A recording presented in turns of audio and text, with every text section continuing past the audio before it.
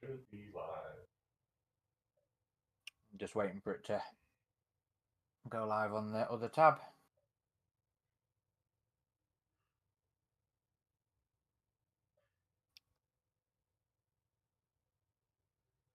There we are. We are live. Let me switch over to studio. There we go.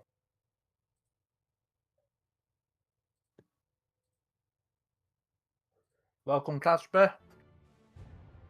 Hunter. Thank you very much for the super chat. Yes, wow, that is a record super chat for us. Thank you so much. You are too kind. I don't think we've ever once mentioned that word on here, have we? One time. We've had one super chat before. We brought it up when we were playing Fireteam Elite, and someone left us a little donation. I have to go back and look to see who it was, but we really appreciate it. Caleb as well. Welcome, buddy.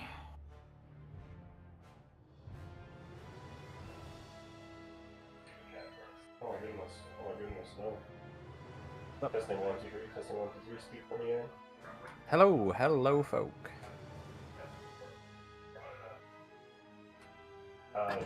Yeah. Sorry, Caleb. 1 second. Did you not change your microphone settings when you opened? Yeah. I swear to every time I load Streamlabs up, I have to reset my microphone settings on it. Every time. Okay, testing 1, 2, 3. Testing 1, 2, 3. Casper says you're cave diving.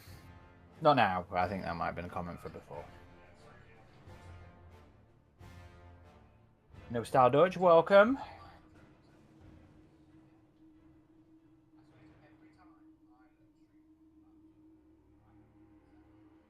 Stop your grinning and drop your linen. Adam's looking for his mic settings. Testing, louder.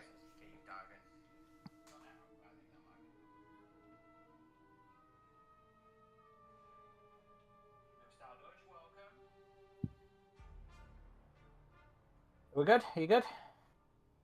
Caleb says much better. Slayer Boy says, hey guys, hello from New York.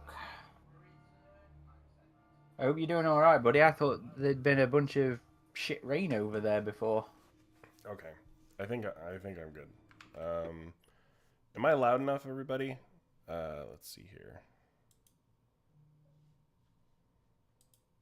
I mean, I should be. I think I'm all the way up. Let me just check my regular mic input.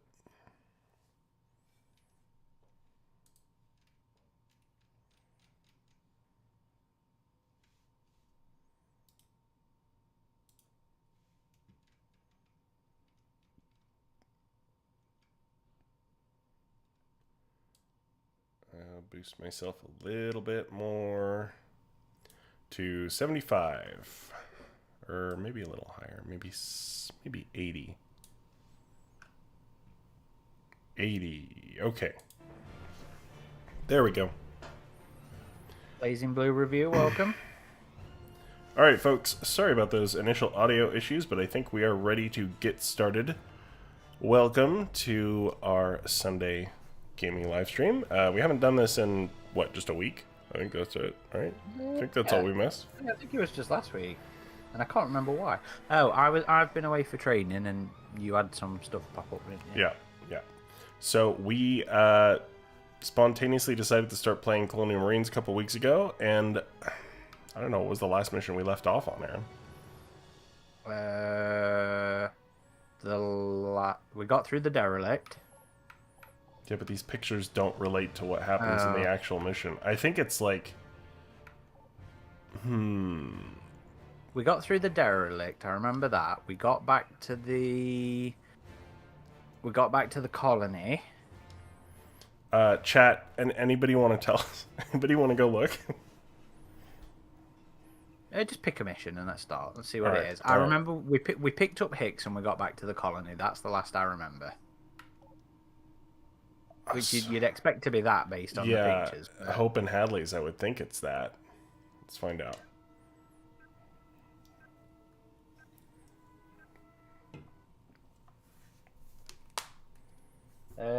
Slayer Boy says, have you guys read the latest Predator vs. Spider-Man comic? I'm excited they're giving the spotlight to my favourite character.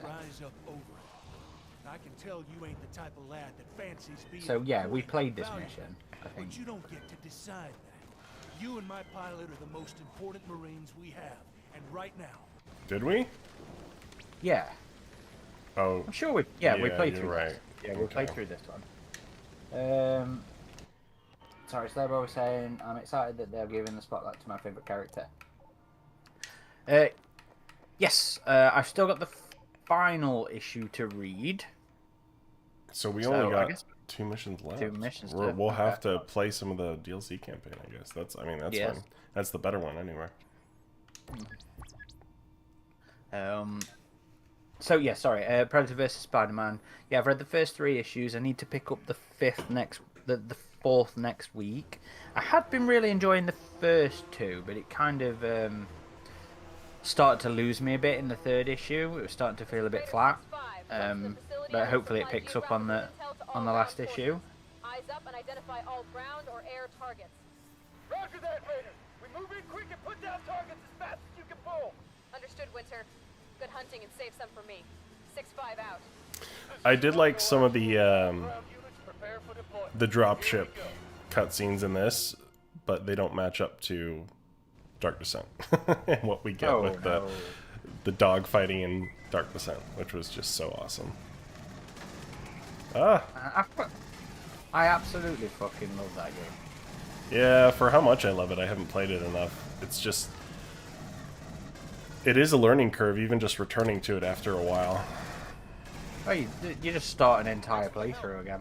That's what I did, but you gotta be ready to be like, this is the game I'm playing for a month here.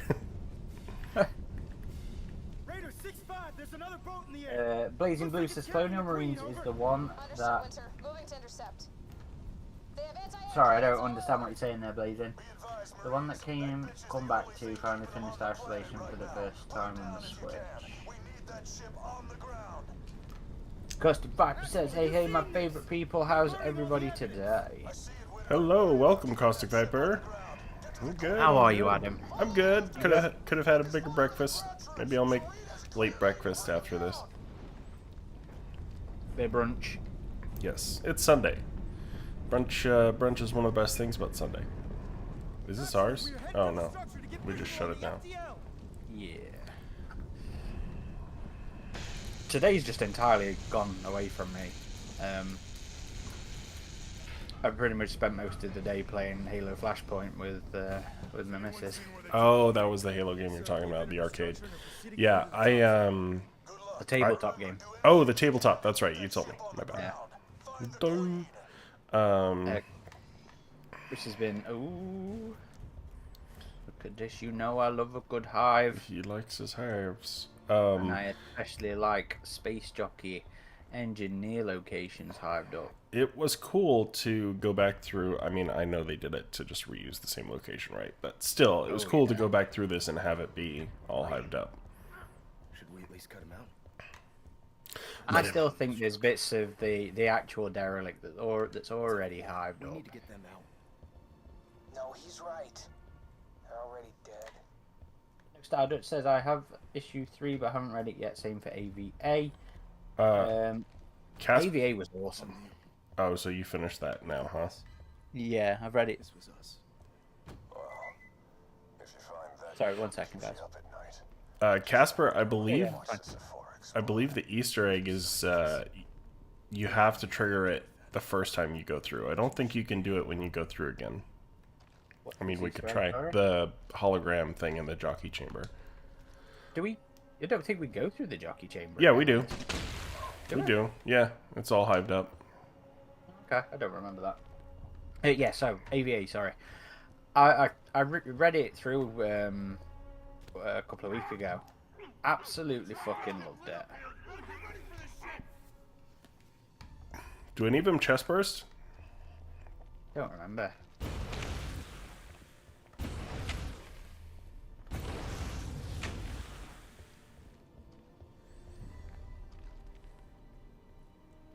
Oh, hey, you sneaky alien.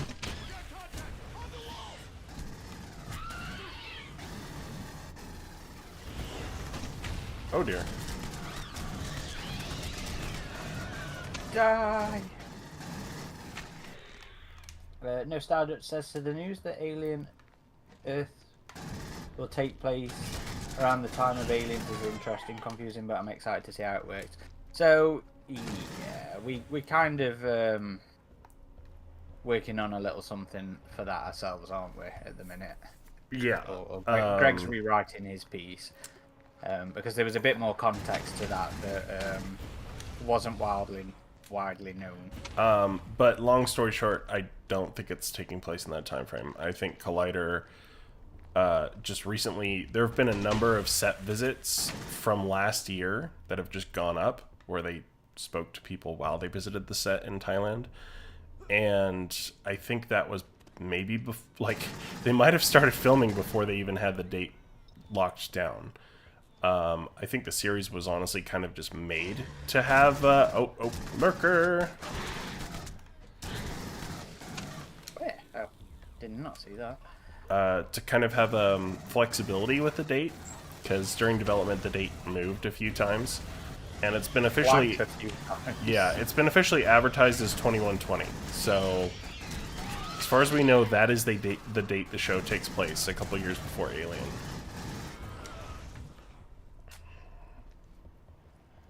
Yeah, so I don't think it makes that much of a bearing on the actual events of the show, does it? Really, it's just for the wider context of the universe, I guess. But I feel like Noah Hawley really didn't give a shit in terms of that specific a detail. But yeah, we'll be publishing a new piece on that. Time to switch to some close quarters something, I think. Hicks's shotgun. I like to keep this handy for close encounters. Slayer Boy says, Dark Descent is a different breed of game. I love it, but man, it is hard to do a second playthrough still as an experience. I fucking love that game. I genuinely think Dark Descent is to Aliens what Isolation is to Alien. You know, it is that feel, that experience of the movie, properly translated into video game format. Yeah, agreed. I mean, this game tries to be scary, and a couple times it gets a little eerie. But does it genuinely try, though, Adam? And that's the thing. Like, so many Aliens games are just, they interpret Aliens as just action. And Aliens, like Predator, is a genre bender. Yes, it is action, but it also still maintains more horror elements than it's given credit for. And Dark Descent really played into that. That game is just absolute atmosphere and tension, which is Aliens.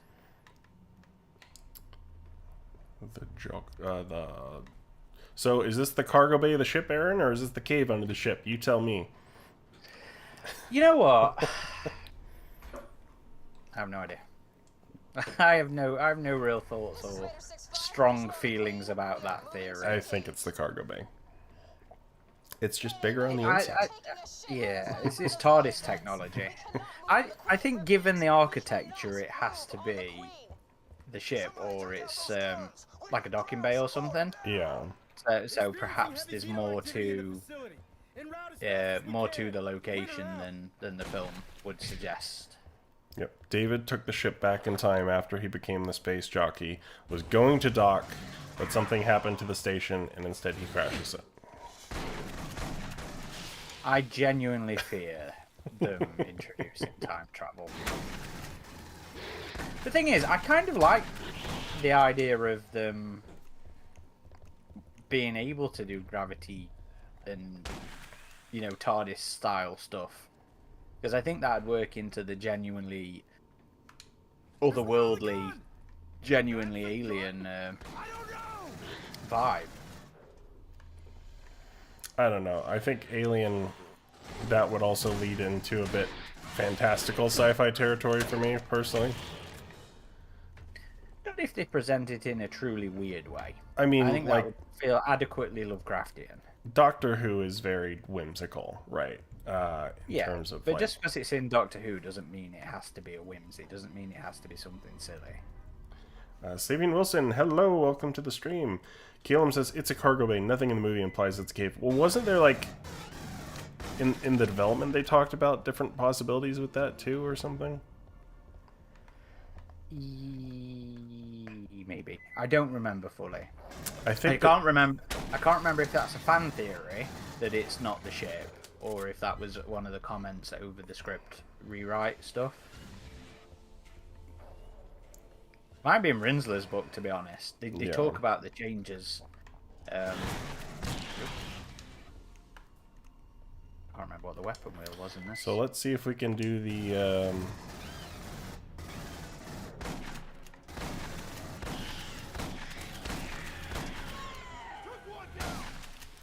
let's see if we can do the Easter egg even when it's all hyped up.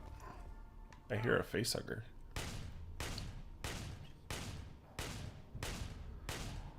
I don't think so. I think it only works the first time you're through here.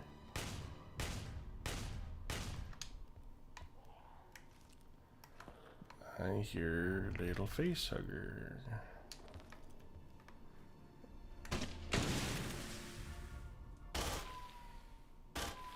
Where are you, buddy?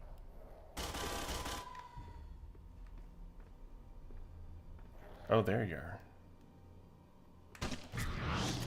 Gotcha. Okay, I'm ready now. B. Oh, there's another one. Where is he? I hear him. He makes like little squeaky noises. Nothing on the tracker. Oh, I see him. He's like caught in the map there. Yeah. I did not hear that at all. Xenosaurian, welcome. Sorry, go ahead.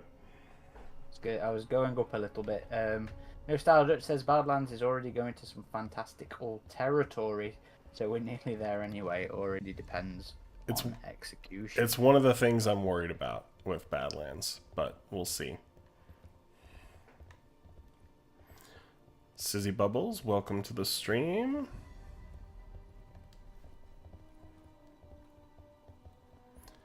Xenosaurian says, I'm confused. Is Alien Earth set in the 2090s, 2120s, or 2170s? Because now No Holly seemingly changed his mind a third time. No, again, I think that was an earlier interview with him, which is why we're currently rewriting our piece for some additional context. But the show... Yes, the set visit was April last year? Yeah, I believe so. I could find out, but... officially, the show takes place in 2120, 2 years before Alien. Understood, 6-5. I think we're good to stay in the fight a little longer. We need those AA guns down now or we're all dead! Axel, we got visual on the plane. Captain, we'll take care of the guns! Let's move! Smart runner down there. Is there? Somebody, find an RPG! Winner, we need to take down that AA gun now!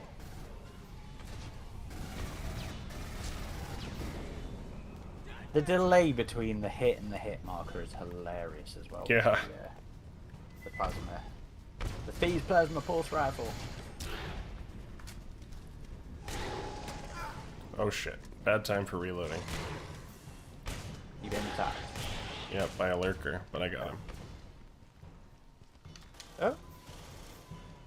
You sure there's one down here? There's another one. Wow, here's on me. Give him some sharp sticks. That forcefully changed my weapon there. What we were doing, we were trying to disable this AA gun, weren't we? Do we actually have to shoot it? Do we? Not. Let's try. It's red. Yeah, we shoot it. There we go. Raider 6-5, Um, we have cleared the sky over our location. Guns down! So No Star Dutch is chiming in. Xenosaurian, I think, might take place in multiple time settings. Affirmative 6-5, we're moving on the second gun. Should we discuss? I Debunk. I don't think so. As far as we know, it's just linear from when it starts. Yeah.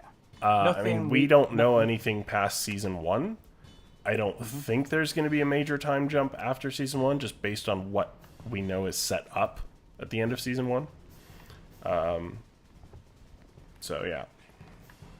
What we're aware of, it definitely doesn't jump around within season 1. Casper says, question for Aaron, since you've read AVA, why did David try to work with Weyland-Yutani? David plans the destruction of Earth anyway. What's the point to infiltrate to gain access to all of the colonies? Oh, the little tractor's moving. That's cool. I don't think you can take that little side thing as canon. It's definitely not. But I don't think it was Weyland. Was it Weyland-Yutani? Because I thought it was Stark Industries. I thought the guy that was a very old Peter Weyland turned out to just be Tony Stark all that time. Oh, you're talking about the comic? Yeah. Sorry, I was confused there. I thought you were talking about on the Blu-ray for Covenant where he sends a message out to the company and like tells them what he's up to. You can never take the. You can never ever take the marketing too seriously. They're fun, but not something to take as gospel. Xenosaurian says, there's a new female member of the Yutani family showing up in the show. What's her role going to be? So she is the granddaughter of Miss Yutani you see in Aliens vs. Predator Requiem. So that is canon again. But her role is... You're such a shitstirrer. Hey, it said that's her grandmother. It lines up. Or that she's the granddaughter of the original Yutani, you know, head lady, and that it's kind of a matriarch run company. I think I saw in one interview. And so essentially she is, you know, it's a Weyland-Yutani ship that crashes in the city, and she is trying to reclaim whatever crashed on Prodigy's land, essentially. So it's kind of a corporate negotiation / Cold War type of deal.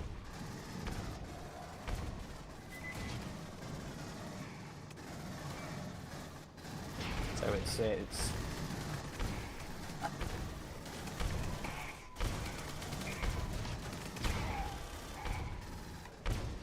Oh, there's another one up there. Don't you just love all that corporate legal rights? It's our ship, but it's our land. Yeah. Our city. We got eyes on it, but there's still a gun That's operational. all of them down. Get it down now. Caleb says she's the keeper of the plasma caster. We all know that is how the Lancer's technology came about in Fireteam Elite. Well, that's... Okay, so that aspect is... Wait, sorry, the Lancer? What do you mean? The guy with the... Oh, in Fireteam shoulder Elite. I cannons. thought you meant in Yeah. this game. Yeah, no. Okay, I'm with it now. But the weird thing about the Maginot is they say that ship's been gone for, what, like 60 years? 50 years, something like that, yeah. Okay. Makes Ripley's cryo sleep not that impressive. Well, in the viral videos where they're just on the ship, they're talking about it like it's a regular day at work, which is kind of odd. And we've never seen a ship take that long to get anywhere in the Alien universe. I mean, it would have to be How long was Covenant gonna take? I can't remember. like 6 years, I think. It would have to be an earlier ship making multiple different stops, and yeah, that's possible. But for an Nostromo-style ship to be like, I don't know, gone for that long, first of all, it should just be Weyland Corp if that's the case. Yeah. So that's a bit of a odd thing. I'm going into Alien Earth being like, do not take the timeline specifics too seriously. Because I think it's very clear that Hawley cares more about, you know, all the Vibes. thematic stuff and Yeah, vibes and character and story. which is fine, absolutely fine. But I'm like, yeah, this isn't mainline, and it makes I say it's fine. I've been so resistant to things like AU, and alternate continuities in Alien all this time. Well, I think in a recent interview he said he spoke to 20th Century Fox and like they were trying to fit it into the universe. And another one I just reported on the SFX one, he says, I've had conversations to maybe like with the film side of things. Uh-oh, we're getting torn up here. to maybe bring Yeah, I things together in future seasons if this is successful. So I think the series was created to just be its own thing, but maybe 20th Century Studios, like, those were the conversations of, okay, how do we work in your story into the existing continuity here? Because nerds love continuity. And we do. This is Raider 6-8, moving to engage.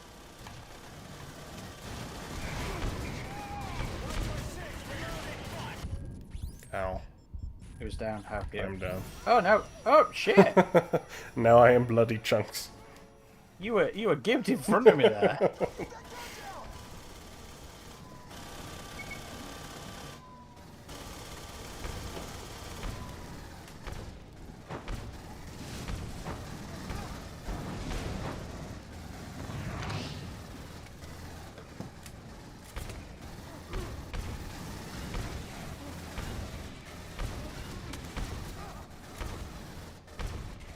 Gotta take that thing out. Time to take all these smart gunners out. Oh, I didn't realise that was what was shooting us. No, it's not. It's just anti-air, isn't it? Yeah, There we go. I'm back. Gun is down. Skies are yours again. That's my boy! Great job, kid. We have a clear line on the Queen. Xenosaurian says, speaking of Utani, how do you pronounce her name? Cullen? Is it Sulan or Cullen? This is 6-5, missiles armed! We don't know at this point, do we? Yeah, we don't. Impact confirmed! Damn right it is, Raider. It's also interesting Oh, no. that they've talked about the Xenomorphs a bit more lately, and they've brought up the that they changed the rib cage because Holly felt that the rib cage looked a bit too human, and so it looks more exoskeletal now while still maintaining that shape. And he specifically name dropped the roach, which is something we've known for quite some time. And although the alien That is the reason that the coloration of the roach as well was what he was talking about, and that is Yeah. the reason that for a long time. Oh fuck. That is the reason for a long time in the early days. All our sort of coverage included aliens from Alien 3 and Resurrection for the sort of brownish colouring. Well, it's interesting because it does look very black in a lot of the promotional imagery. Oh, yeah. But I saw comicbook.com recently had a set visit where they show one of the practical aliens, and it does look kind of muted brown. And the design has honestly really grown on me. I did think the mouth was a bit low at first, but seeing it in, a bit different poses and different movements now, like, it's really grown on me. I think it's an interesting and different Xenomorph design. And I was kind of worried when they, have all this focus on 5 different species that the Xenomorph would be sidelined again. Like, I feel like it was in Romulus a little bit. But they've been saying in interviews that they will have more Xenomorph footage in this than all the movies combined, and that there's entire sequences that are very Xenomorph focused, so... Some of the shots we've seen, it looks fine. Some of the shots we've seen, the publicity stills in particular, I'm like, for the mouth, it still bothers me. But I'm curious to see it go. The coloration's kind of interesting because it reminds me. I think I said this when we did our trailer reaction and stuff. It kind of reminds me of my memories of some of the early Hot Toys figures. How do I get out of here? Of the AVP alien.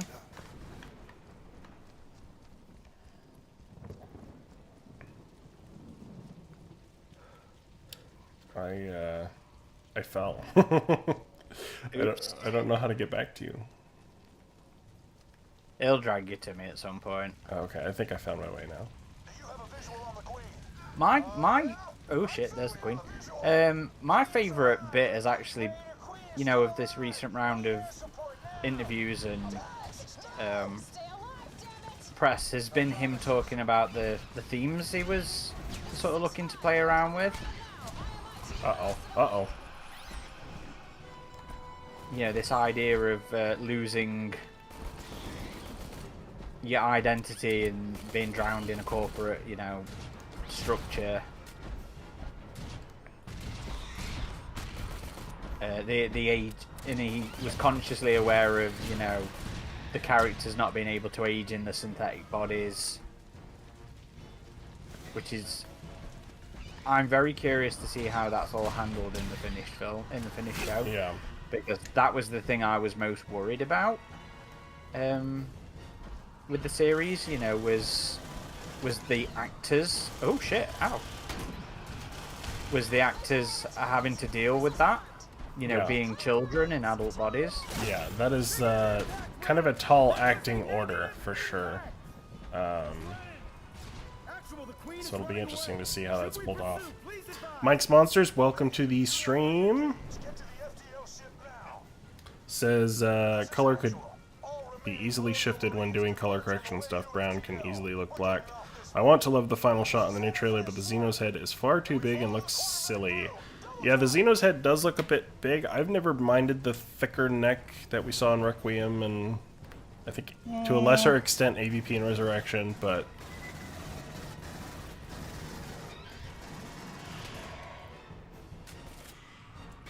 Oh, shit. I mean, hopefully we get a really good look at it at Comic-Con, like they have like a NECA figure or something. I don't know. That'd be nice. I'll try Or and a statue. look at you. Or a statue.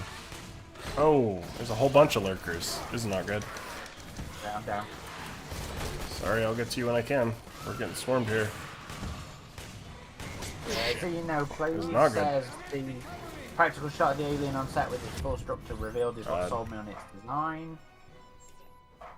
Are you dead as well? Yeah. Uh-huh. Okay, we're restarting that bit then. Blazing Blue says, I'm pumped for Earth. I was happy with Romulus, so I was got to take my son to see it, and it was his first alien experience in a theatre.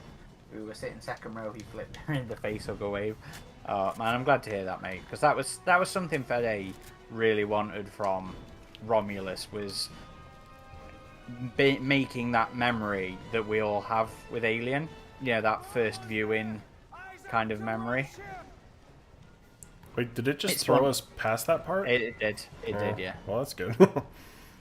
Oh, this game. No Sourdough says, I was actually thinking of making that final shot my phone background. Yeah, I think a lot of people have really liked that shot of... It seems like we're finally going to see it in the jungle a bit, just based from that shot. Which is something I'm super fucking excited about. Like, I'm genuinely ecstatic about that. It's been something I wanted for ages.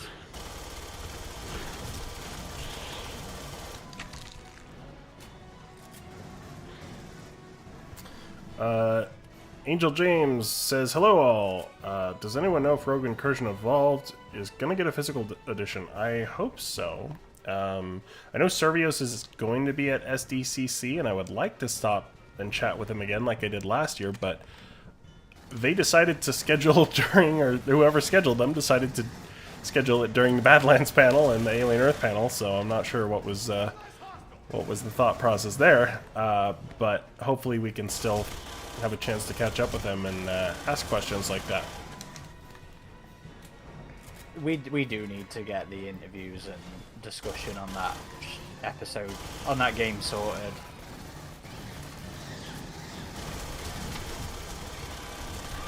Too much to do at the minute. Yep, it is certainly going to be a busy week. Just in general, it's just so fucking busy right now. Yeah. It is wild to think about, though. Like, I remember in 2019, reporting on Noah Hawley's pitches before the show was greenlit. And then I think they officially announced it was in development, what, late 2020, 2021, something like that. So it has been a long wait for this one, and the thought that I'm seeing the pilot next week is pretty wild. How are you feeling in general? Like, are you excited for it? Are you apprehensive about it? Are you middling about it? I am excited. I am also apprehensive. I always knew it was going to be weird and it was going to come down to execution, but that's also kind of appealing in a sense because it doesn't feel like a typical Alien thing. Do you feel like you had your opinion of like Romulus and Covenant sort of set before you actually saw those films? No. I was very open to liking Covenant. I was very excited for that movie. Romulus, if anything, like, Romulus looked really good, and I was really excited about it. I was a bit apprehensive in terms of some things I was hearing, and I don't know, maybe just feeling a bit jaded about Alien at that point, but I did enjoy Romulus. I was just hoping it would be something like Prey, where it was like, you know, holy shit, this is incredible, but... It does make me chuckle sometimes at how much I love that film compared to how much you just mid on it. Well, it took you another screening because it sounded like you were with me on that first one. Only because I didn't fucking know what was happening. I know! Bishop, what if I blow the doors? Likely it will close up inside. Ethan Wallace, welcome. What? That's the plan? We got no other options. We need to be inside before we breach Atmo. Xenosaurian says, what do you think about the idea of the Queen finally returning on screen for AVP 3? I don't see that film excluding it. Do you think we'll get the Queen back if we finally get another AVP in the cinemas? Probably, but who says she won't show up before that? Yeah, we still don't know how the aliens are producing in Earth. We have seen in the trailer a bunch of eggs around one of the Lost Boys.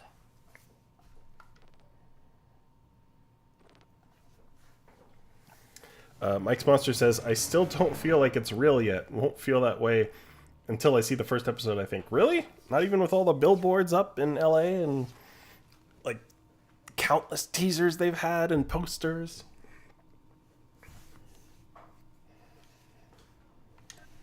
Alright, time to finish this campaign. So, just think, Adam, actually. This time next week, you'll have seen the first episode, you'll have been at the panel for Badland. Yeah. You're going to have a lot more knowledge this time next week than today.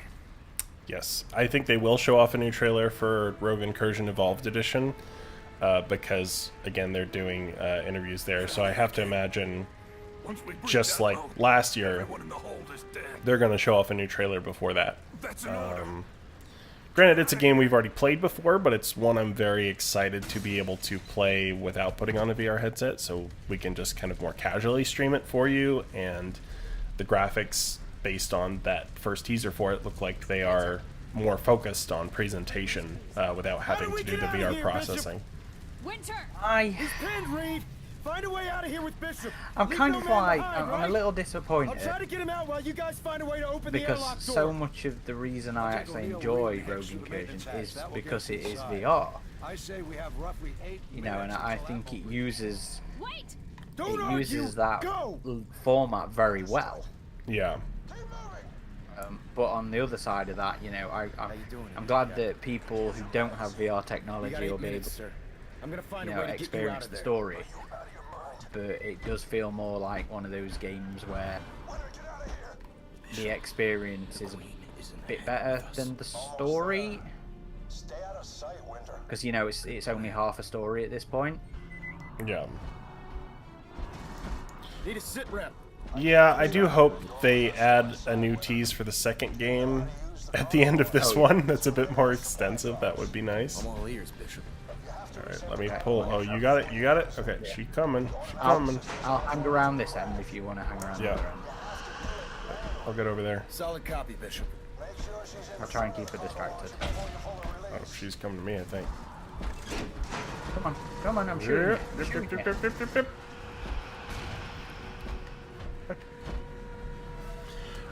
Mike's Monster says it doesn't feel real because I think it's so soon after Romulus. I don't know if the lead up to that took out a lot of hype for me. It's hard to explain. Yeah, I mean, it was supposed to come out, and that's a fair point. It was supposed to come out before Romulus. It was... it was COVID and the writer's strike. They were getting ready to shoot before COVID, and then the writer's strike happened in the middle of shooting. So they had 2 really significant delays.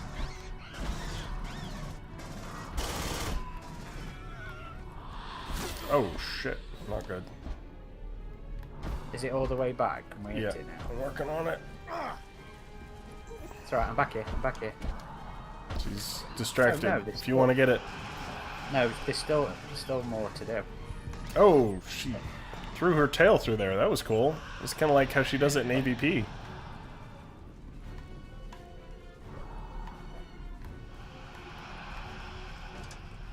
I could use some health. Oh, here's some. That's good.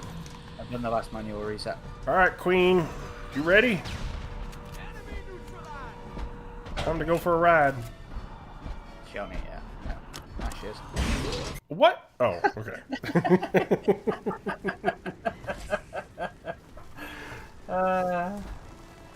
No Starduck asks, are we going to get weekly breakdown shows for Alien Earth?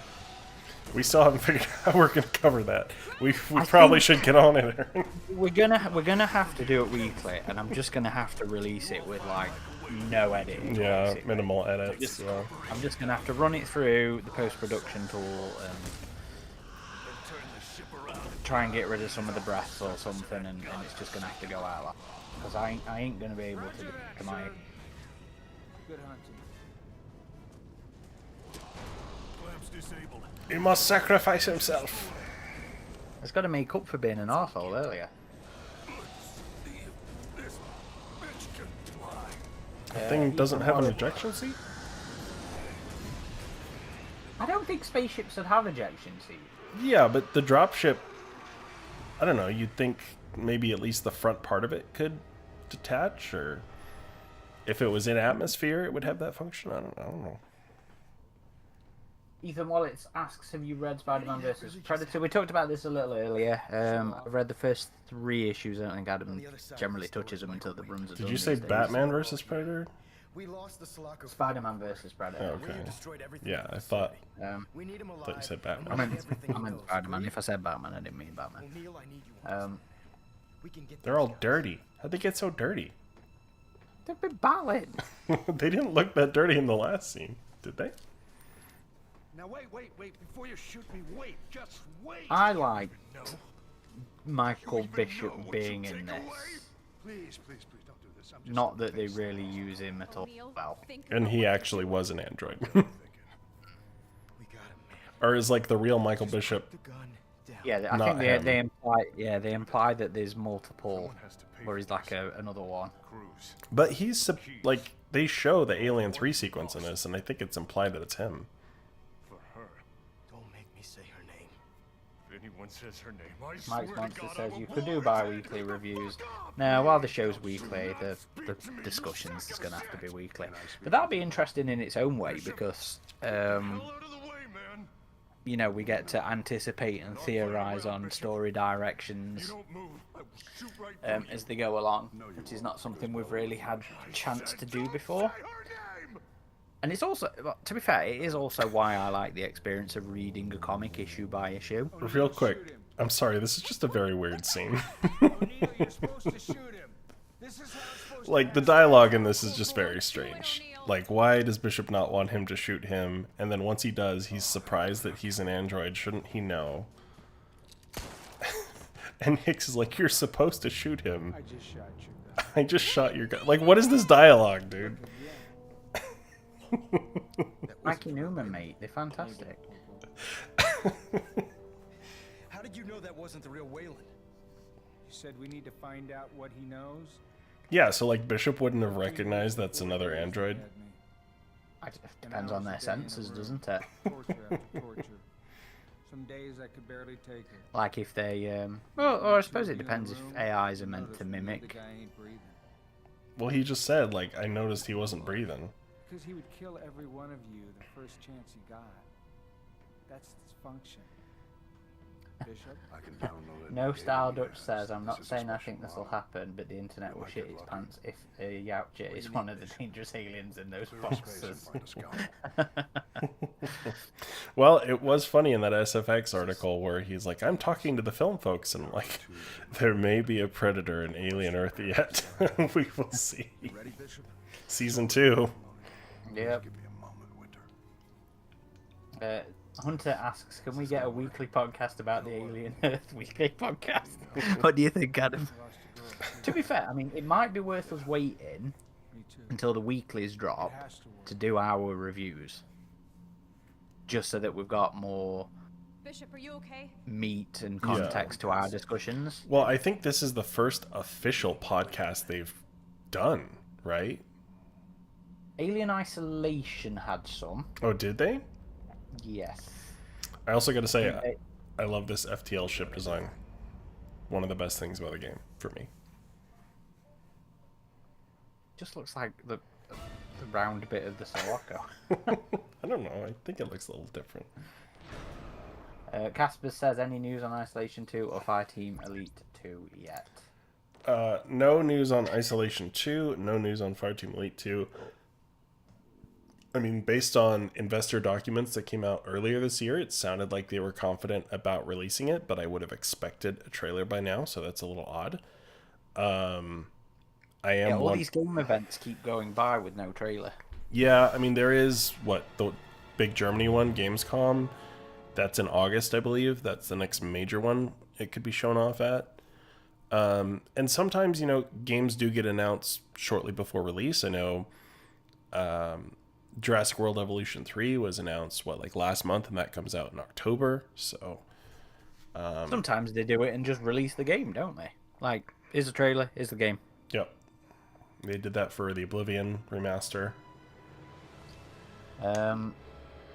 Mike's Monster says, you're joking, but I've seen folk genuinely think there'll be a twist with the Predator being one of the species. And Caleb says, the Predator sound effect definitely didn't help. I'd rather it be Syl. You want that finally brought into the mainstream? I do. I think she is an engineer weapon. In my head, canon. What do they call it in the RPG? The Ascended? Well, no, I don't think... I mean Syl specifically, the broadcast that is sent out into space, where aliens then create it, and it then fucks them all up through sex. Because I think that is such an engineer, such a space jockey kind of thing. Like, my favourite interpretations of the space jockey are the things where they can't reproduce. So they have this obsession with sexual production. So that's why I really like Species Syl as an alien, as an engineer weapon. Hunter says, I'll still never get over how hyped I was for the cinematic trailer we got for this game, with the camera going through the different levels. Mate, that is... Oh, who did that? It was Axis Entertainment, weren't it? Axis Animation. They did some fantastic shit for Alien. Yeah. For Colonial Marines, for Isolation. Yeah. But yeah, that trailer, I think it was called Contact, is fantastic. I heard you. Give him another. That would be ill-advised, sir. He can take it. Like, that's the same level of hype I had over the intro cinematics for AVP Extinction. Like, I still remember the first time I saw that trailer, or that intro, and I was buzzing. Yeah. We both know that's... We were excited this game was finally going to come after a canceled one, and then how long this was in radio silence when we thought it had been canceled as well. You killed everyone on that planet. Sorry, say that again. I was saying we were just so hyped for this, given that there was a canceled one on PS2, and then after they announced this in Game Informer, there was just such radio silence for years until we started seeing some stuff again. Fortunately, the crashed alien ship and her precious cargo... And then the other game that got announced alongside it was cancelled. Yeah. I still wonder about that one, because I've loved some of the Obsidian games I've played. Mike's Monster says, maybe it should have stayed canceled. Yeah, honestly, if I could go back in time, and swap the cancellation of this one and the Obsidian one, I would have canceled this one. Oh, you just liked it all to come. God be damned if it was actually good or not. Relative. What? Yeah, how'd that turn Right, out? with you wanting them to release the anime? Yeah, because I've liked every Shinji Arimaki thing I've watched, so naturally I'm curious about it. This one I know turned out kind of bad, but I mean, there's still things that I like about this game, so don't get me wrong. I do think this campaign was pretty good. The best part of it, Yeah. for sure.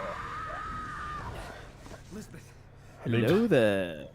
Oh, hey, what's up? Things on your face. Yeah, but it was Dad. Hello. This time I can actually join. Had my things end earlier. Do you all need some help with the Colonial Marines campaign? I think we just started. I can back out First thing here. I remember is you finding. Oh, I should be able to join you if Oh, you okay. started. I think it can. Last time I checked. You need to get out of here. I'm not used to that in this day and I age. need to get to that. Yeah, it can just kind of block you. Which is strange. In some games, I always found that like crazy. How come we don't have it available to join something in progress? Like, how hard can that be? It does feel like in a lot of ways some gaming mechanics have gone backwards in that regard. Yeah. So are we both the same character model, Adam? No, we are not. I should be a lady, and you are a dude. And you have the old school Wayland Corp logo on your jacket. That's kind of cool. You look kind of Ripley-esque with the jacket on. They're torching some stuff in there. But yeah, they developed this campaign to not get sued. And they got sued anyway. So I think that was the only reason. I don't remember that tidbit. Where's... Because the game was a failure, but they sold season passes for it, so they kind of had to develop this. Or he's all roasted. Oh shit! Oh, you're doing that. Nice. Yeah, That we DLC is one of the just best. finished the literally just finished the main campaign. Nice. Nostalgia says it could be interesting to see if details about where and how they found the Xenomorph before it gets to Earth. Is it going to be RAI 6? I don't think they're going to address it at all. What about you? Sorry, I was surviving there. What's the question again? Oh, I'm dead. I don't think they'll address where the aliens come from. I don't think so, but given some of Holly's comments, it'll just be clear that they encountered the aliens far before Covenant. Yeah. Oh, jeez. David is not going to be the creator of that, I'm sure, based on this.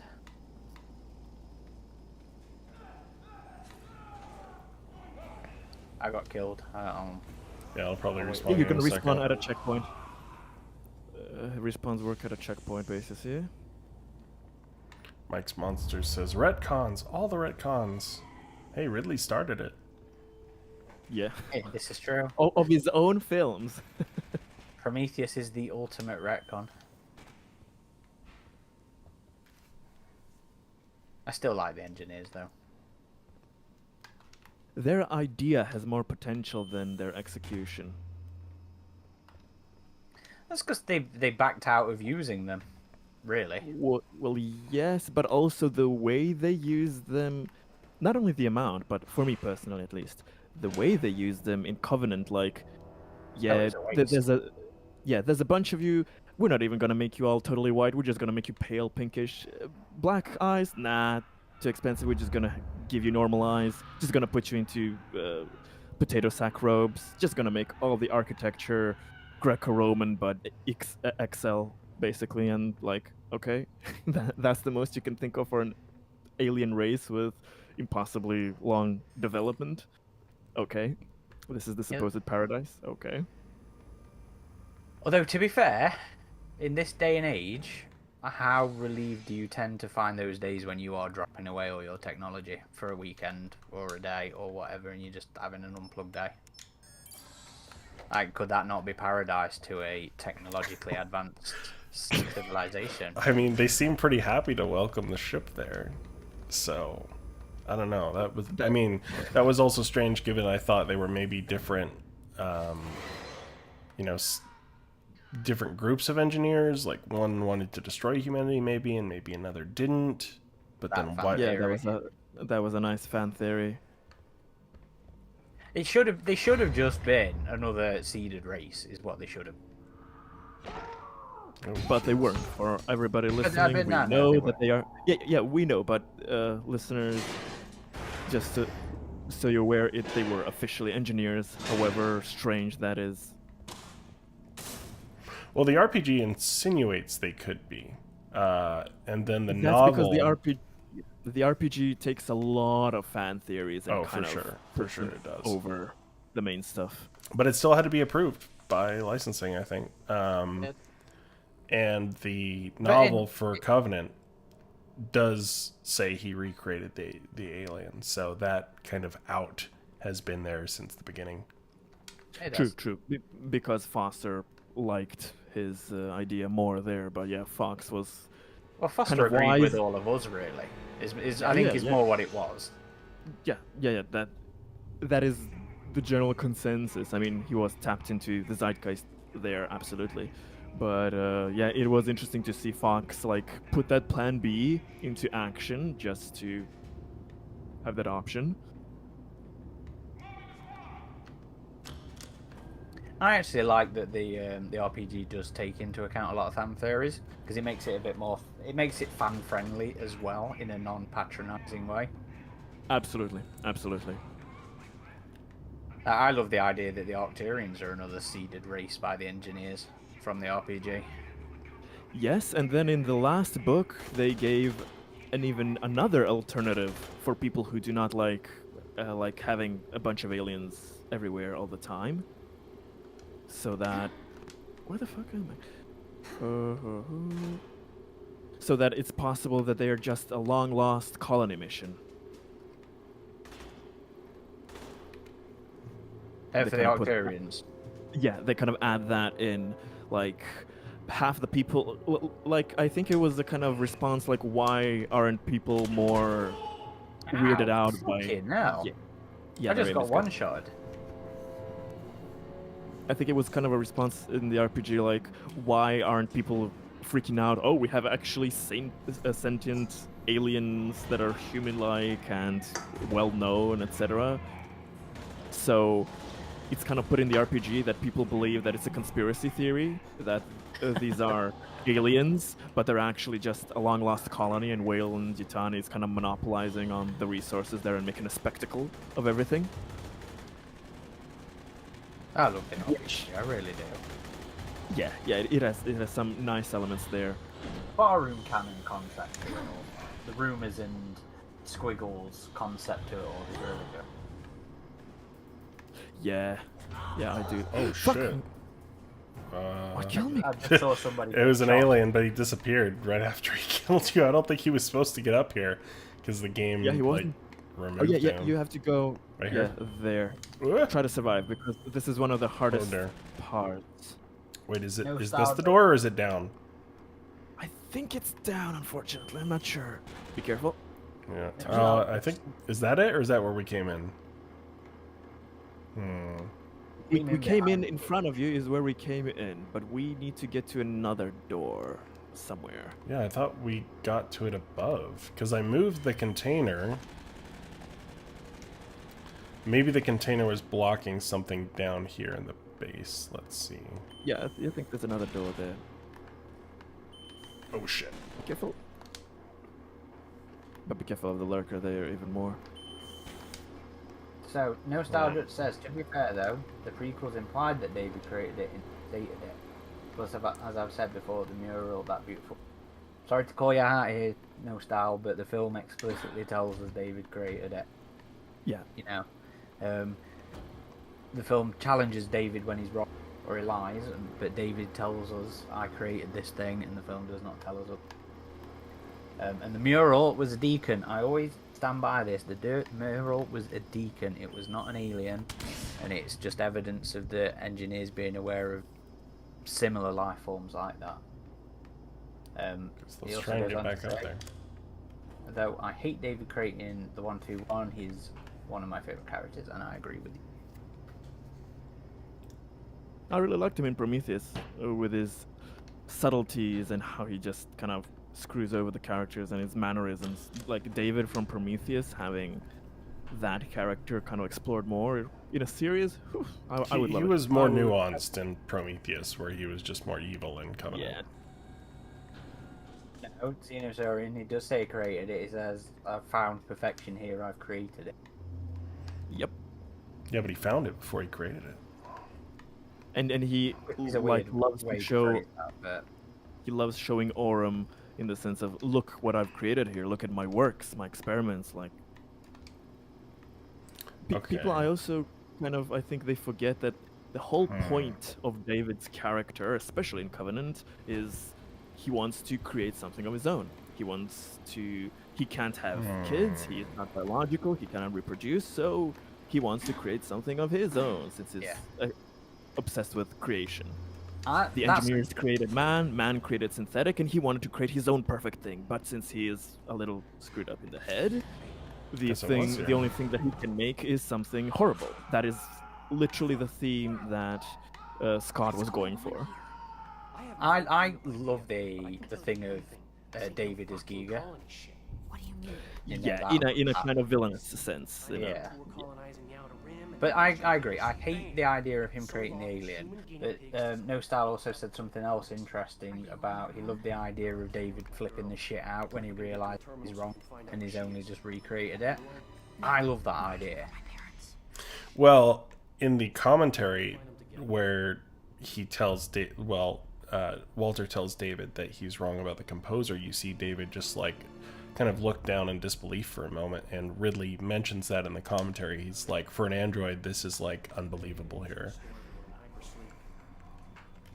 Yeah, he was going with a kind of paradox that a machine does things perfectly, but he has been so long kind of detached from everything that he's become too human-like, and he's become very unstable emotionally, mentally, etc. So there again, Scott's prequels have a lot of interesting themes, but they are put together haphazardly, and the ideas are interesting. And then the execution generally. Yeah, the execution is just, for me, a bit poor, not detailed enough for an execution of such themes. Yeah, there's things I like about the prequels. I can go back and watch them. I've watched them more than I have the Predator, but overall they were a disappointment and took the lore in a direction that I really did not like, and I'm glad we're kind of veering back away from that now. Ever see those late night commercials for CTT online technical courses? Max Monsters says, does the Deacon always come out of an engineer like that, though? It felt like such a specific case due to the events of the film. Can't actually see them knowing about the Deacon exactly, but the Xeno, yes. No, so you see, that was something that used to really piss me off about Prometheus. It's how arbitrary the life cycle felt. Well, like Extremely convoluted. Well, how convoluted it was to get to the Deacon, where the mural denoted, and it absolutely was the Deacon when they were producing it. You know, it denoted their knowledge of it. But for it to have been such a convoluted method of getting there used to annoy me. But then as we've gone on more and more Black Goo, and it always produces something xenomorphic in appearance, in morphology, in life cycle methods, I'm kind of like, so maybe the Deacon itself wasn't specifically, you know, like a runner or whatever, but it's all part of the frustration of that Black Goo. We got hiding in the lockers before isolation. The preview to it, yeah. Yeah, they were trying to have more of a horror focus in at least the first half of this DLC campaign. And it is a much better game than the game. Yeah. It's a much more fun experience, which really is hilarious. It's more varied. You have 4 missions, but they're extremely varied. It is, of course, shorter, but it's not too short. So I completely agree that the DLC is better than the game. Wasn't the... Did we ever find out Headed for hypersleep storage. if To find Timegate did the entire DLC as well? I'm pretty sure. I have to look, but I'm pretty sure they did. I think Although so. they've still kept that all very tight. We don't talk about this. Yeah. We all hid in that one locker. Yeah. God. So Well, Greg's been going on about character target technology. is another lady, with a cool little leather vest on, but I don't see any like logos on your person or anything. Belt buckle, it says SF, whatever that means. Nice. It means The main character super- has a very resurrection kind of vibe. Yes, yeah, definitely. Which goes kind of hand in hand with the whole vibe of the stolen cryotubes and the appearance of the cryotubes as well. Yeah, I mean the cryotubes, yeah, like you said, they look almost the same as they did in Resurrection.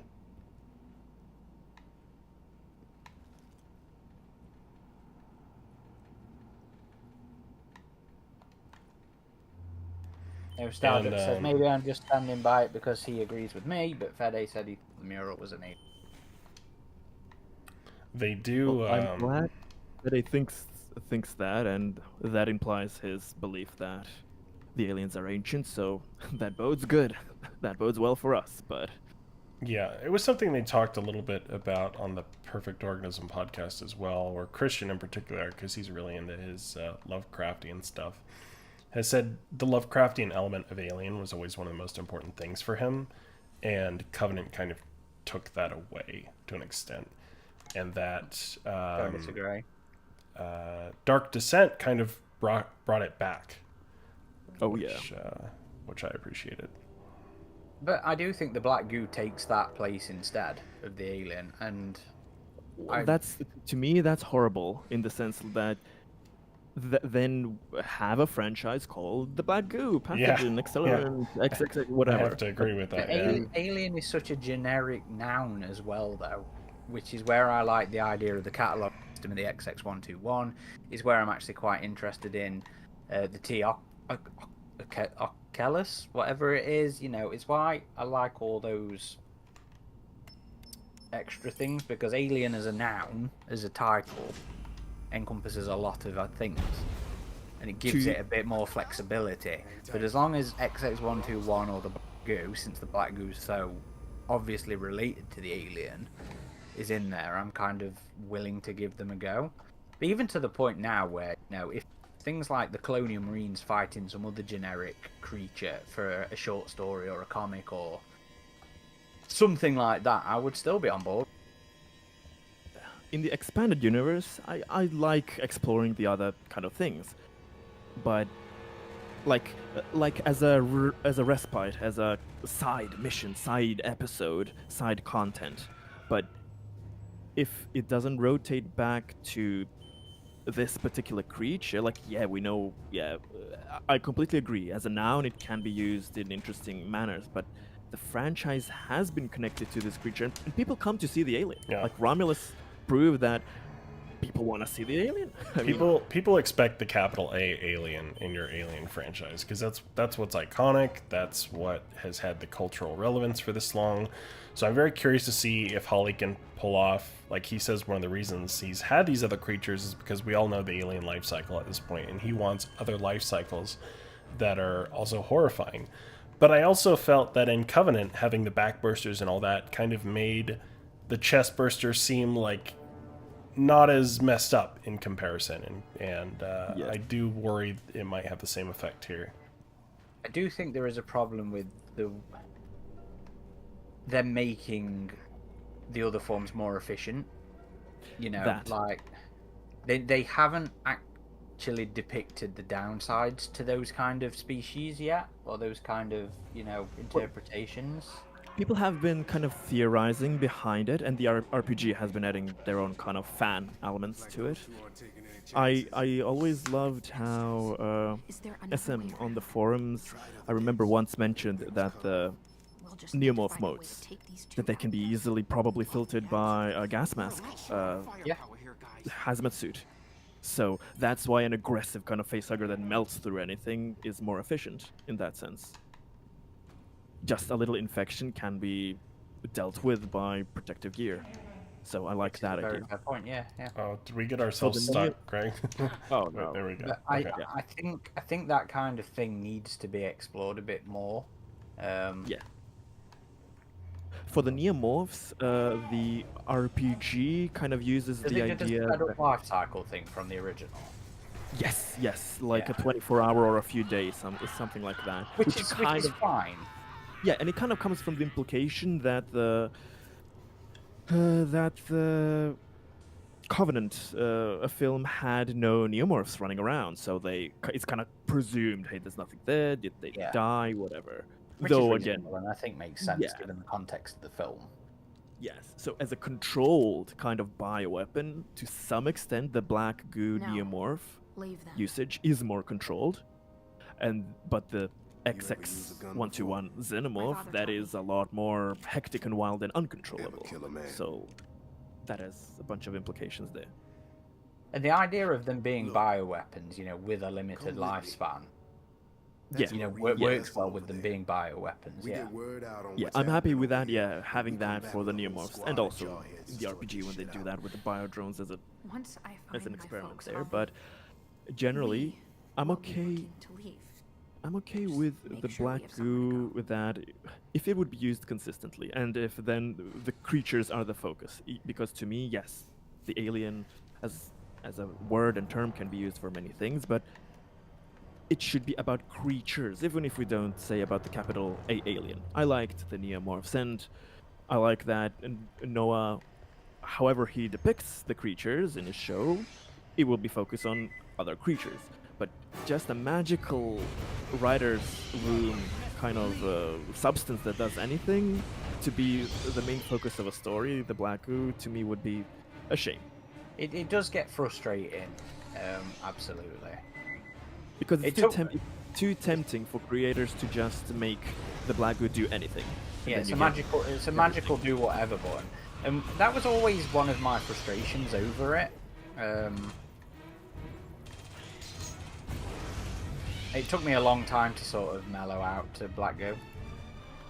Oh, really? It took honestly- Alex White, I think. Yeah, true. It took Alex White and the Plegarius Praepotens to make me True. realize. Yeah, okay. True, but throughout the years, for me, for the black goo, I kind of had the opposite direction. I was okay with it, and I liked it a lot more previously, and then Oh. especially with how recently the black goo stuff has been used in the most kind of latest media entries with Fireteam Elite, and even in the RPG, they started more concentrated with the black goo and then went a bit off the rails there. I kind of got fed up with it, and when I found Dark Descent, Aliens Dark Descent again, I was kind of reminded that hey, the universe can be very interesting, very dynamic, and very compelling without the black goo. Like stories without black goo can work. Yeah. Would have thought. Yeah, Dark Descent was a great example of that. I thought it felt much more like old EU. It really opened my yeah, eyes in that sense, and it made me miss how the old EU was kind of always about. Of course, it was about the human drama and about the alien. How does the alien relate to a human story in the most creative ways, in the most different kind of human stories? But how does it relate to the alien versus humans in that complex manner?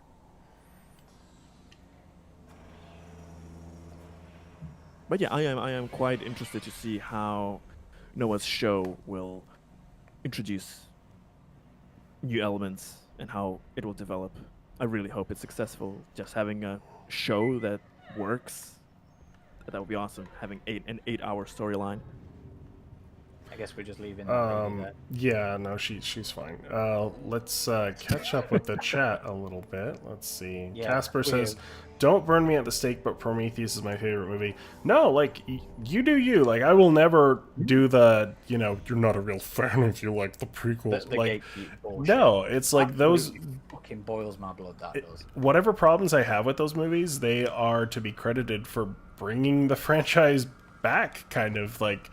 Those movies did a lot of things well, and people who were very skilled at their craft worked on them. Like, I have respect for anyone who likes those movies. Like, they're, I like AVPR. Most people don't, so I get it. And those movies are way more well-liked than some of the ones I like. So, it's, nothing to apologize for, regardless of whatever criticisms we may or may not have for that.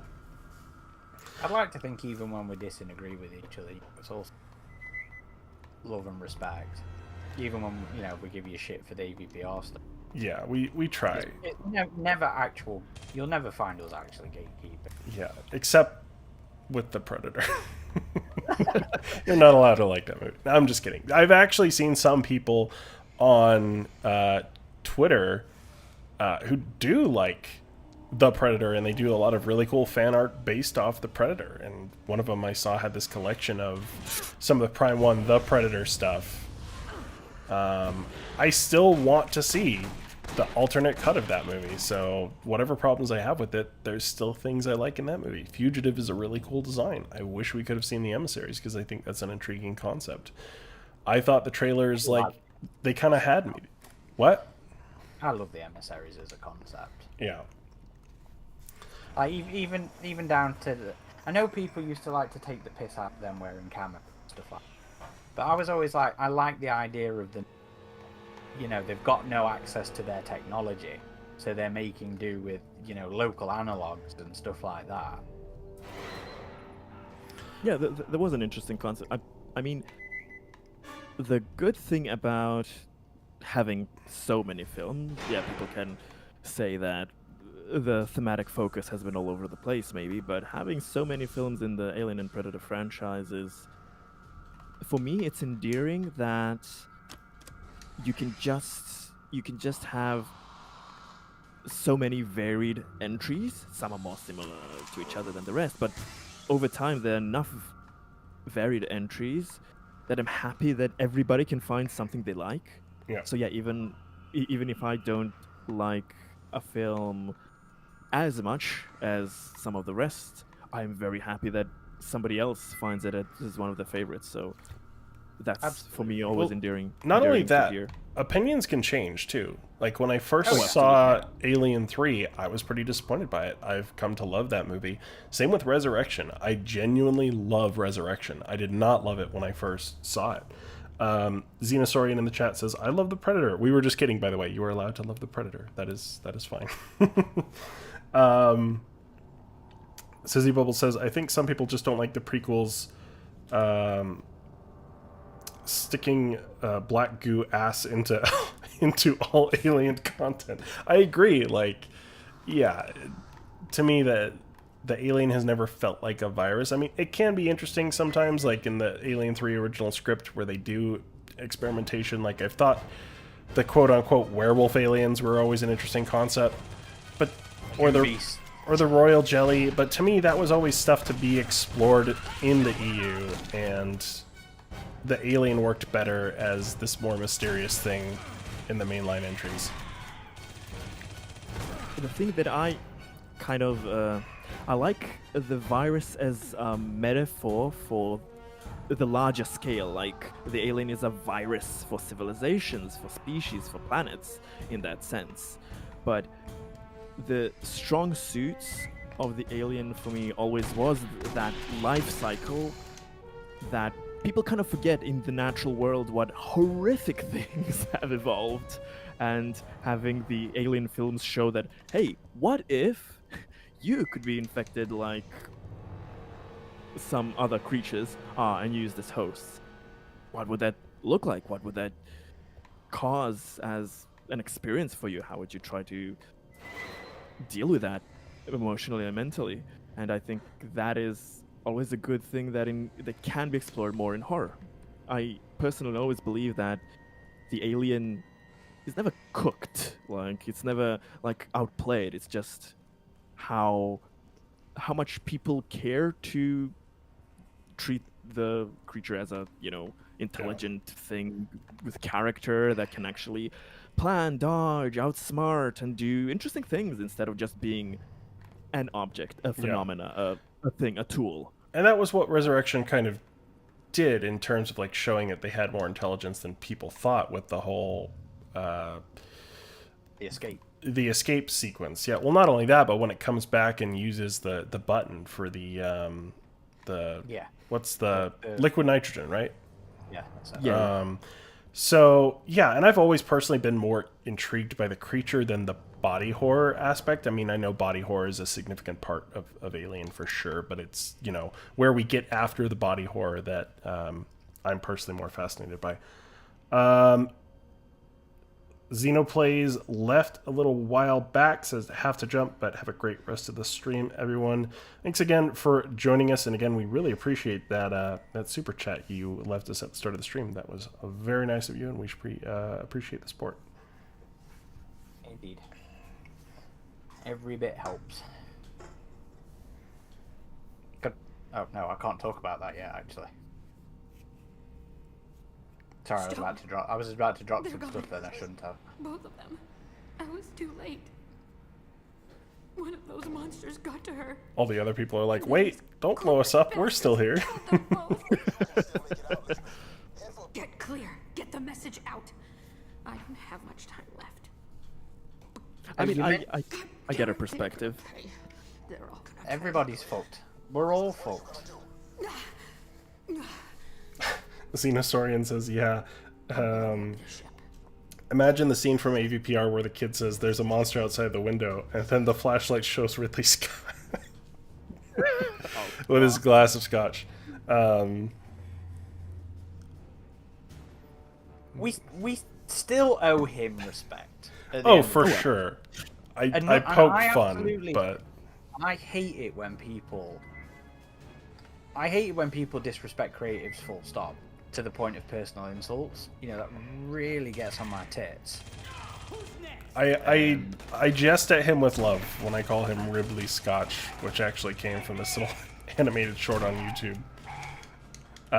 where like H.R. Giger was calling him Ridley Scotch, and I thought it was funny. But yeah, no, he will always remain one of my favorite filmmakers. I still watch other movies he makes. I saw House of Gucci, which I thought was interesting. Saw Gladiator 2. I did not think it was that necessary, but it was still well made. And he still made some of my favorite movies of all time. So I have, tremendous respect for him. But there was another meme where, I think it was like a Simpsons meme, where Ridley Scott was like, I did Alien, and then the crowd was like, and we thank you for it. Now please don't come back. And we salute you for it. Now please don't come back. At the end of the day, as much as I respect Alien, and I do respect him as a person, and I want people to stop throwing personal insults and stuff like that at him, I would not want another Alien film from him. I would honestly want one from his son, Luke Scott, who did a lot of the viral stuff for Prometheus and Covenant, because I think he's shown some real promise. I know that's He certainly has nepotism, beautiful Hollywood, but Yeah. I'd like to see what's his face who did Raised by Wolves to do something. Aaron something. Oh yes.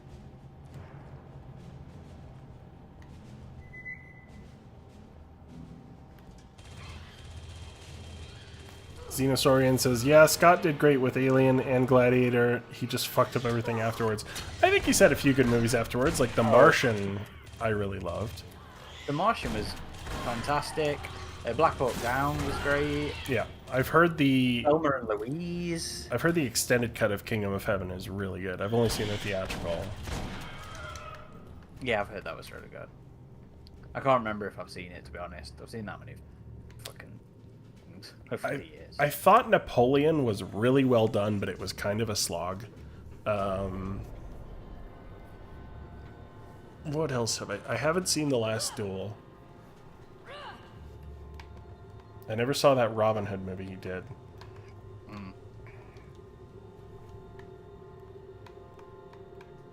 Speaking of... I gotta respect him for cranking them out. Like, for someone of his age, how many movies he makes. It's very impressive. So speaking of The Martian, have you seen the trailer for Project Hail Mary? I have not. I know that's based on another Andy Weir novel, but it's not like an actual sequel to... No, it's not. But it's also the same screenwriter as well. Drew Goddard's adapted both of them. I am really looking forward to that film. I never got around to reading the book, but it's Chris. It's the Miller and Lord. I can't. You know, the people who did Into the Spider-Verse and the Lego Movie. and they did a bunch of Community and early How I Met Your Mother and stuff like that. I'm really excited for that film. Like, that's one of the things that's on that I'm gonna go see this when it opens, kind of things. These levels, I feel like they are longer than the ones in the main campaign, though. Yeah, Because we're still on the first one. So I think it ends up being about half the length of the campaign. Game, yeah, Basically, Maybe- I think you're right there. Maybe even a little bit longer.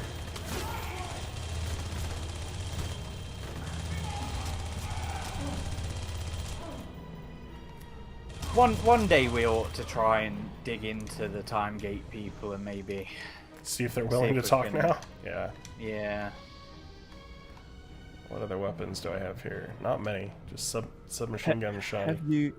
Have you read the page on our forums about the official demos, how they were progressing, and all of the details? Oh, I still need to there? go through all those. I remember you showing me someone compiled It's those, and it looked really interesting. It's incredible. It's incredible the amount of detail that was compiled there, how things changed. I mean, the person, I forget the username, but they did a fantastic piece of work documenting all of that. Yeah. For internet history preserving the development of something, that is great to know. I mean, Yeah, we really that's- appreciate that. We should maybe reach out to them, Aaron, and see who they talked to. I think it was just purely their observations through different builds of the game, because early builds leaked. Yes. Oh, they Yeah. leaked. Okay. And this is another sort of pre-isolation kind of moment as well. Yeah. Interesting how this first level had a lot of isolation moments. I always like this cutscene. I love the idea of characters that are infected Absolutely. as It's main not characters. played enough. No, It's not it played isn't. enough. Like everything from RPG scenarios to a series, to a film, to a short fan movie. Like have people wake up, you don't know who is infected, and either they try to find out or they think they're all doomed, and there's so much drama that can be done with that. It's funny you say that, because that is the basis of two of my projects. Nice. I think that One's an audio idea. drama that I started writing, and one's that RPG scenario that nothing but Oh, notes yeah. on a page for me at the minute. But yeah, it can be actually. I mean, I think such ideas have enough potential that you can like make games from it, like a game mechanic in the sense. You don't know which player who is infected. You all, I don't know, wake from cryosleep or from being hived up to a wall. You all have some symptoms, like you don't feel good, you have headaches, throat aches, some chest pains. It can all be normal symptoms, but Yep. it can also be another thing. So exactly on my note page, mate. yeah, then we're thinking alike there. And I think even like in the first Marvel run, so even when characters survive on occasion, it can still be a source of drama. I think, regardless of what other issues I have with that comic, and I have plenty. That was an interesting aspect, and even Ripley and Resurrection to some extent. That is part of the drama. The fact that she was the mother of this thing. I love Ripley 8. I really do. Like, and I always have, to be fair. And I understand why she's not always that favourite of a character. She's not really Ripley. But her whole identity is this genetically tainted person, and her identity crisis. Like, I have a huge thing for characters who have identity crises in things, and I think these days the way Alien has taken it, it's become more of a a trans allegory than anything else. But for me, I like it as questioning the things you've done, the choices you've made, the career path you've taken, that kind of thing. So that is why I find them fascinating. Real There are quick, many story angles. I'm just going to be right back. So I'm going to mute myself and give me like 2 minutes. I'll be back. Okay. No problem. But that what you mentioned there, Aaron, about the different kind of story potentials uses in an alien story. I mean, again, that's to me to some extent why I enjoyed the Dark Horse comics so much. The execution is sometimes here and there, but the different types of stories you get in there, some were a bit maybe too out there, but some were like so interesting. You had from the most expected type of setups to really unique one shots that I think, again, with a creature that's so capable and versatile and that can impact our human story so much in so many different ways, I think there is just so much untapped potential there that I think that we're just waiting for entries, either by fans or official, whatever, to just try out these stories more and more Yeah. to see how this world, this alien universe, and this creature, how does it interact with our different unique human experiences? There's so much you can do there. Marvel needs to get in on the, the shorts kind of experimentation that Dark Horse did. There was some great limited runs, whether they were simple shorts, whether they were 1 or 2 or 3 issue runs. But that's why I think we have a lot of fondness for Dark Horse, was the range of stories they experimented with. And sure, not all of them were fantastic. Oh, absolutely. But not all of them were awful either. And it was nice to be able to play with these concepts, to play with character concepts and stuff like that. And it would be nice to see Marvel dig in on that. I mean, I understand Marvel's perspective as, the new publisher of this title, so they tried.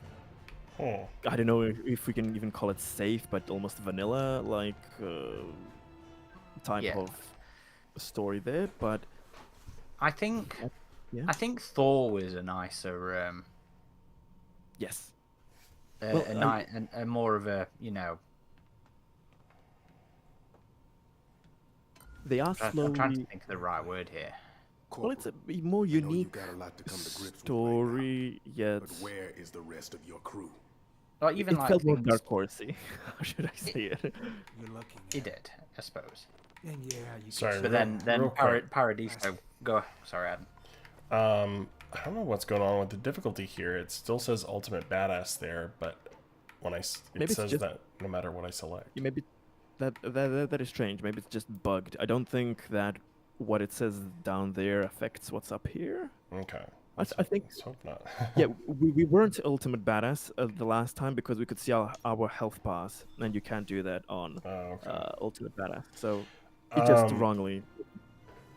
Casper asks, "Is this campaign multiplayer only?" No, you can play through this single. Oh wait, speaking of, I was just matchmaking. Don't want to do that. Yeah, the campaigns are single player, co-op, or find a match, which you won't. These are the days before crossplay, and the game is peer-to-peer, no servers, very dead in that sense. Multiplayer, also private co-op you can do, or just host and try matchmaking, which you won't find much. So only game nights and stuff like that work for this game. I don't think my safety's a top priority. The loss of the Legato was unfortunate. So many specimens. There were families aboard that ship. I said it was unfortunate. Pure specimens. On the contrary, lucky for you. This dialogue. God, the writing. It's fun. It's almost fun to listen to, but those exchanges. I like when scientist guy grows a conscience and he's like, "Yeah, I can't do this," and I'm like, "You literally just watched him shoot someone in the head who was unarmed. Like, you didn't have a problem a few minutes earlier." Well, that started his redemption arc. He wasn't sure until Hicks needed him. One of the most hilarious thing this game does is the I love Turk it. swap over. Yeah. Hang on, Corporal. I love it for the Turkness and the no-ness of the scene. Michael Bean's acting in this game is just so flat and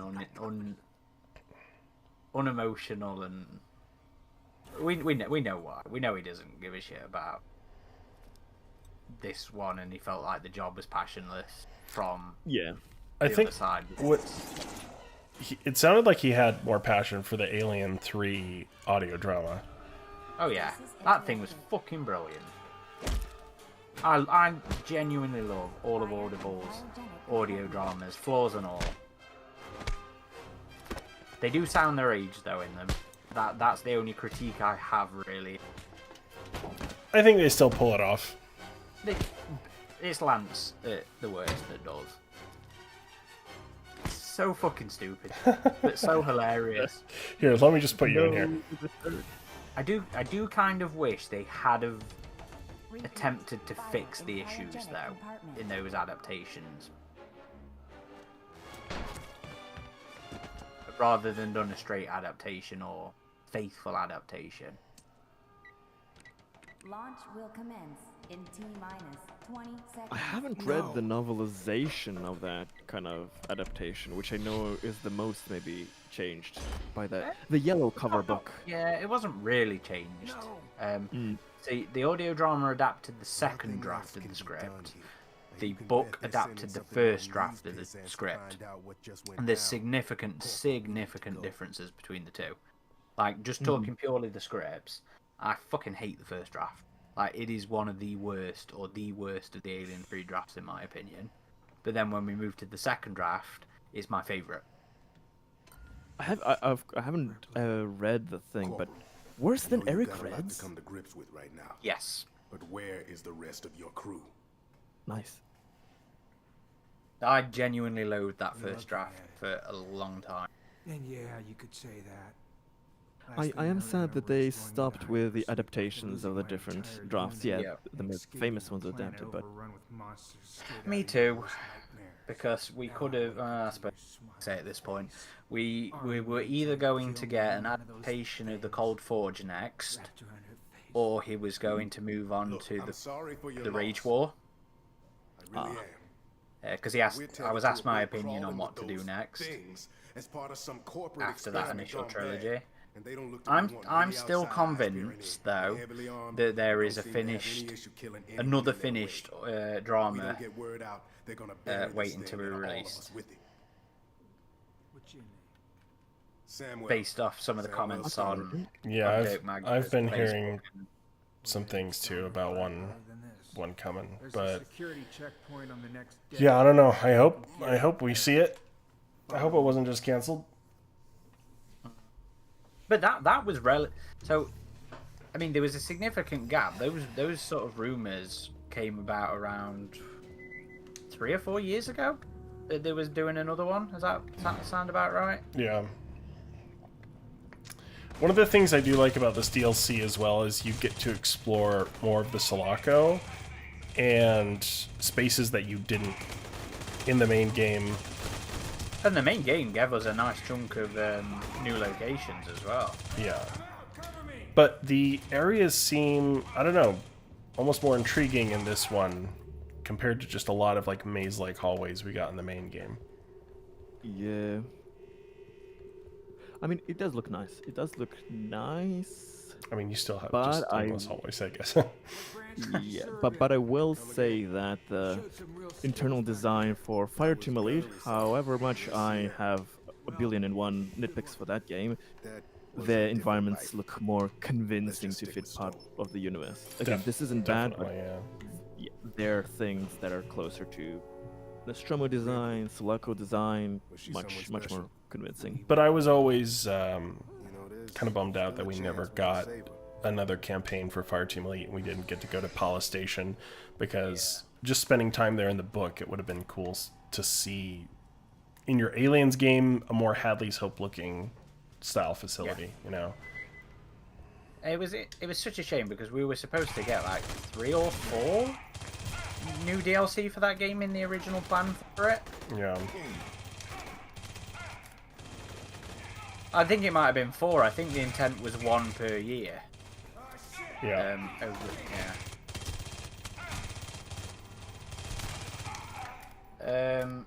Don Tiberius says, could you imagine if we got a new fully out version of this game? It would be epic in this day full of 4-player co-ops. Alien is still begging for a properly done, atmospheric, squad-based FPS. Just take the game GTFO and make it Aliens. There you go. And I know Fireteam Elite is squad-based combat as well, but it's a bit too arcadey to be a proper Aliens kind of, squad-based thing. Yeah, it doesn't have the level of immersion for that. And I say that as somebody who does genuinely enjoy Fireteam and does enjoy it on the higher difficulties where it becomes a bit more squad-based. It becomes a bit more grindy. I think it becomes a bit more squad-based in the term of you being you're having to be more careful. You're having to not run in front of all your mates and stuff like that. Absolutely true, though. But regarding the Alien 3, the different kind of versions there, I'm always sad that we didn't get like Vincent Ward's script, but adapted as a comic. Like, imagine that as a graphic novel, the artist for Alien Sacrifice. He did something himself.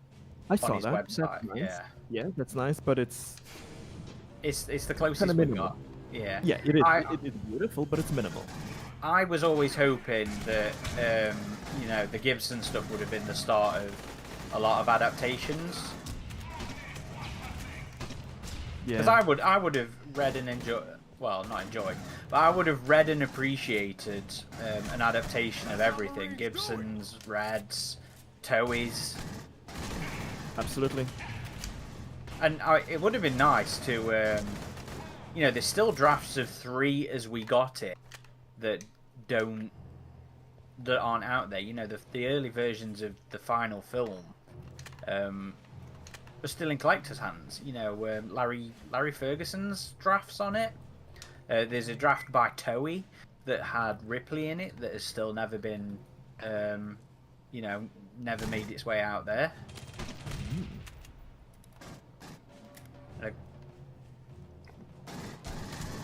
So there's still lots of movie archaeology to go about, and it's kind of one of the reasons I was disappointed Rinsler was never asked to do Alien 3 before he died, because that thing had so much still buried, waiting to be discovered.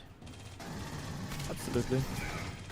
And that's also now why I like to do things like with AVP scripts, where we buy them, and we make them available to fans, because I missed out on the chance to get a copy of Larry Ferguson's draft of Alien 3.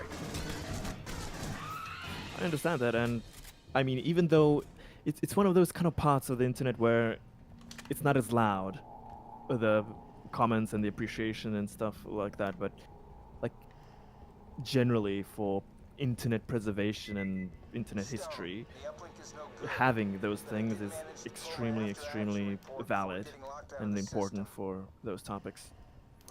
So I think it's implied this is kind of the R&R area of the Sulaco. Like, we have a library here, we have pool tables. Yeah, There's basketball court coming up, isn't there? What was that? Oh yeah, basketball court. Yeah, there is, and that's a cool section too. They must have a long-range communication uplink. Problem is, soon we're going to be out of range for the service. Am I going the right way? Nearby. Yeah, this way. Yeah, there's a lurker nearby as well. See you in engineering, Corporal. Okay, bye, wherever you are. This is a status update from Bishop 341B. Prior to their hibernation, I attempted to have war with the Marines. Okay. Oh, he liked you, Greg. Looks like love at first sight to me. I do still have an additional draft AVP transcribed to release though. Ooh. I've got 2 drafts of Romulus to release once I've got an article to go up alongside them. We have a significant amount of stuff to release after August, don't you think, Adam? Yeah, I have some stuff coming. I've transcribed 3 or 4 drafts of something for those, with still probably another 3 or 4 to do. Sounds interesting. Whatever could that be?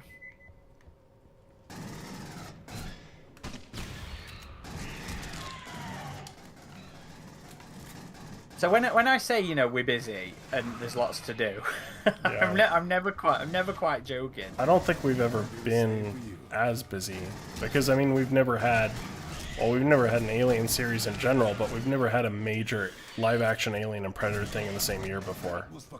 And a game. And an animated. Yeah. So it's been wild times.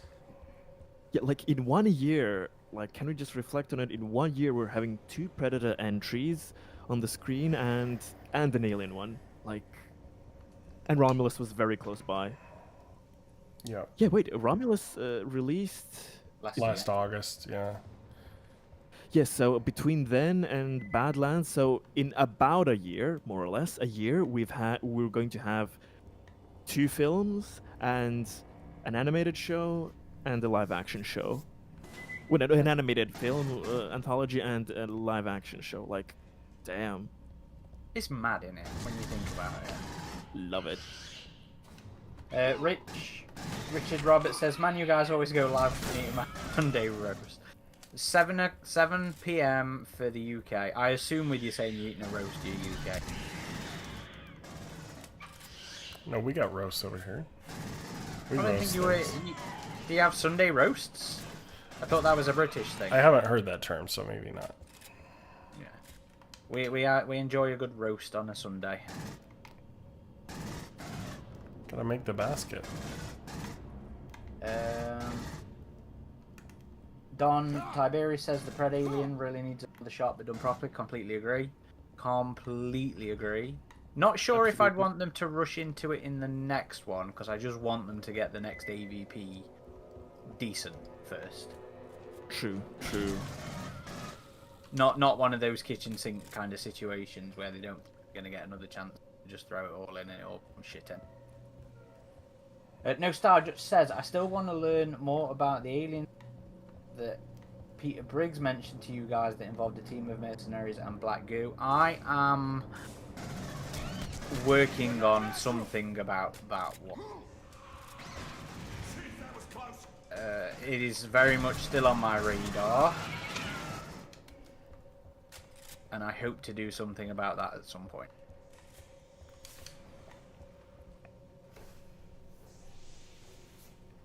Stone. They're gone. Elizabeth? Both of them.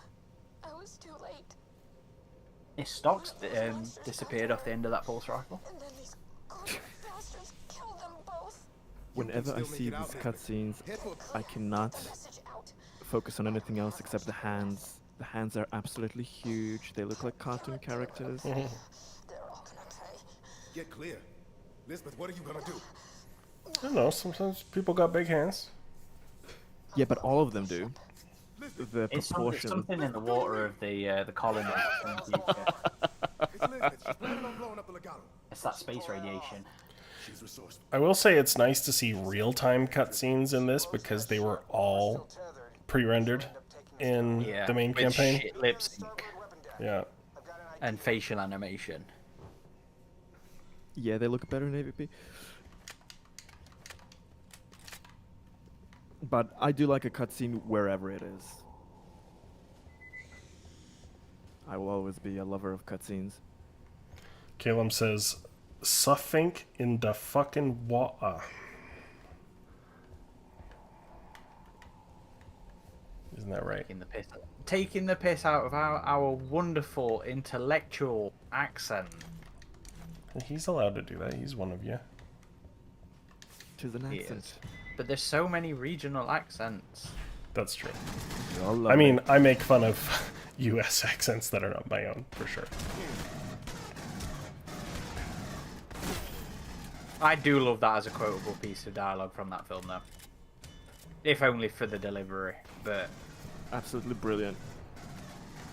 the amount, I went through a phase of absolutely annoying Megan, reciting some of the dad jokes from Romulus.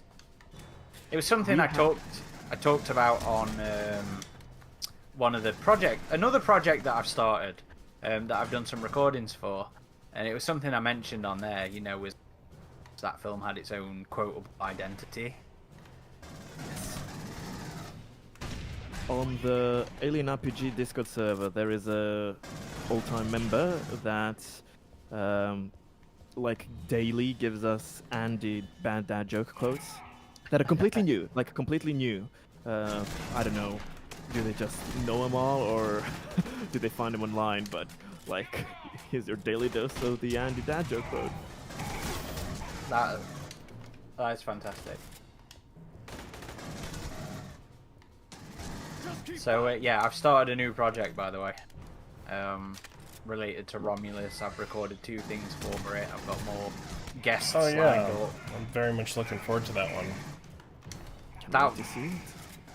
That final product is going to be fun for me. I think it'll be a big one for our site too. I don't think you've ever done something quite like that. So. That scale now.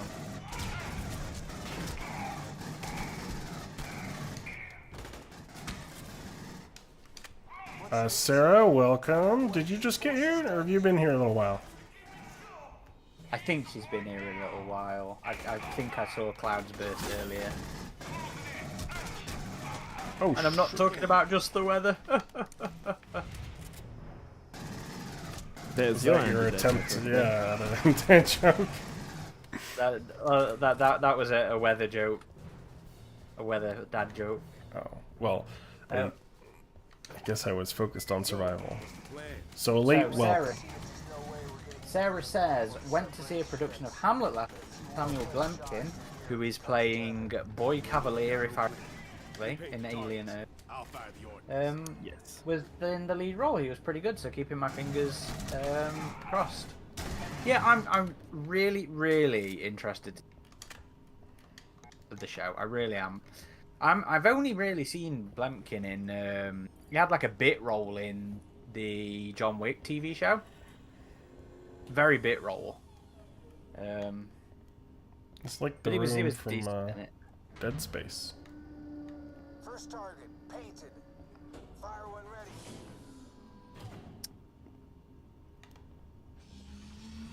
ready. No Style Dutch says there's something to say about optimism. Jurassic Rebirth was my most anticipated film of the year. I let myself excited. Sucked, but I lived and still enjoyed the time waiting for it. Yeah. I mean, I get that. I try not to have excited expectations, but I also don't want to go into things expecting them to be shit or just to be negative. It's certainly a hard balance for us these days. Yeah, and Rebirth for me, like, it's been... You loved it. Well, I didn't love it. It's been a bit divisive, and to me, it's the best movie with Jurassic World in the title. And I was looking forward to it because I liked some of the things I was seeing. It looked like it was kind of a different vibe than the last 3. It was by a new creative team, or I guess an old one with David Koepp.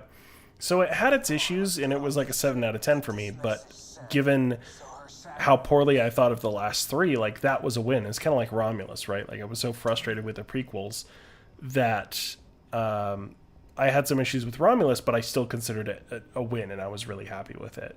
And Rebirth was very much like that, where I felt like it was a step in the right direction for the franchise, and it felt more like the older Jurassic Park movies. So I liked it.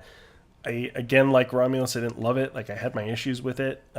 There's some dumb things that happen in that movie, but compared to the dumb things that happened in the last 3, I think it was well done too. Like, it was shot on film.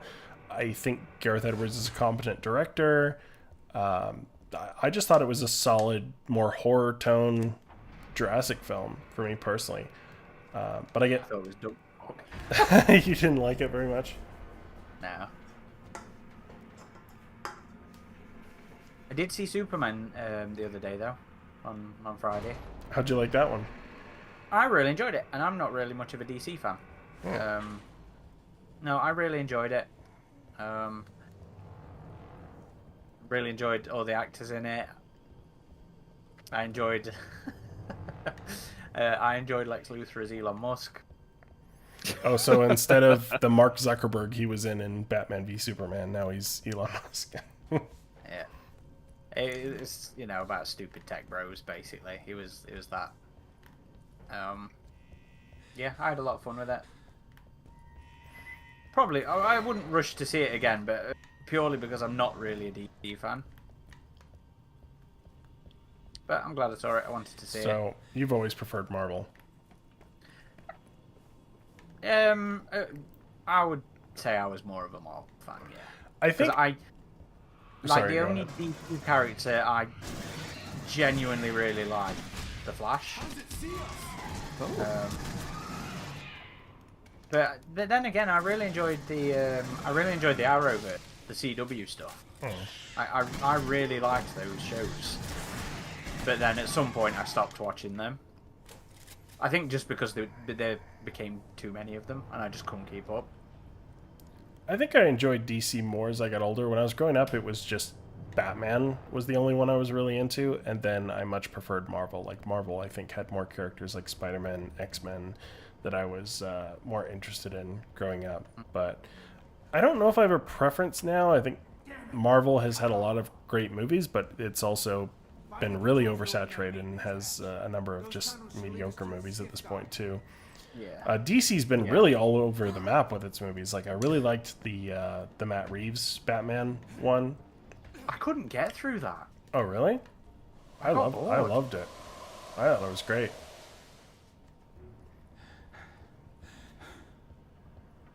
I haven't seen that series based off it. I've heard good things about that. Oh, the Penguin. That was supposed to be really good. I still haven't seen the Joaquin Phoenix Joker, or its sequel. Oh, yeah. I heard bad things about the sequel. Yeah, I heard the second one's supposed to be terrible. But I'll probably give it a watch. I like the first one quite a bit. I know that the second is not an expected follow-up, so I'll be going with an open mind. But to be fair, I'm not terribly excited for any of them these days. Apart from, you know what, I'm actually quite looking. I am actually looking forward to it. To what? To Fantastic Four. Oh yeah. Oh. I mean, it's interesting because it seems like it takes place in like an alternate, like retro future kind of. So is this like, is it going to connect up with the MCU or like? I guess have you not watched Thunderbolts yet? I haven't seen the last Marvel movie I saw was Spider-Man No Way Home. I think it's been a minute for me. Yeah. So. Been a long time for me as well. I probably. At the end of Thunderbolts, you see the Fantastic Four people arriving. Oh, okay. Because I know they were in the Doctor Strange one, but it was like a different universe, Fantastic Four or something, or it was just Reeves. Yes, it was Mr. Fantastic, just Mr. Fantastic. But Who I'll was be curious. Awesome. I really enjoyed the Doctor Strange films, actually. Yeah, I love the first Doctor Strange. I still haven't watched the second one, but given the director for the second one, Sam Raimi, I'm curious to finally check it out. Fantastic Four seems like a franchise they haven't been able to get right. I was very intrigued by the second one, and I think Good Bad Flicks on YouTube did a great video retrospective on the development of that and how the studio, just like the Predator, the studio was very wishy-washy about the tone of that reboot. And it ended up hurting the movie. It's Fox not knowing what to do with properties again. Yeah. But this one seems like it has a really interesting vibe, you know, kind of a, I don't know, Jetsons kind of feel or whatever. Like, so I'm. Yeah, I think that's fair. I'm very curious about it. I'll definitely be seeing it. So, does the new Superman, does it feel like a good starting point for a bunch of other movies? Because that was one thing I was worried about, is it seemed kind of oversaturated, like putting the cart before the horse, like, you know, Universal's Dark Universe attempt or whatever. Yeah. I think it worked pretty well because it's set 3 years into his career as Superman. So it's not starting from the beginning.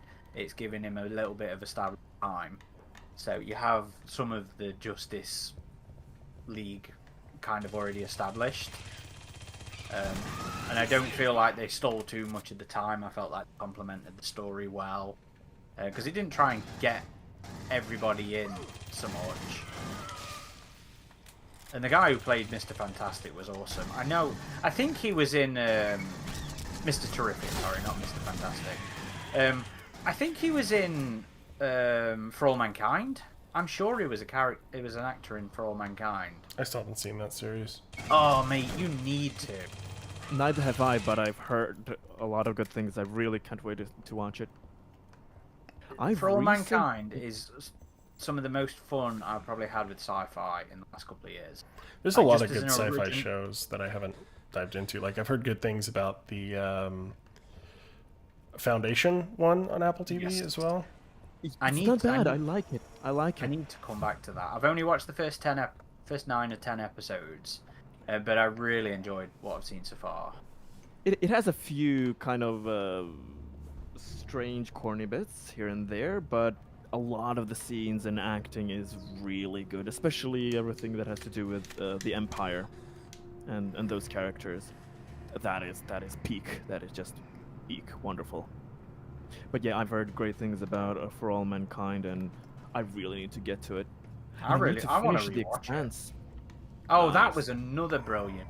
Yeah, I got 3 seasons in, and I need to finish it.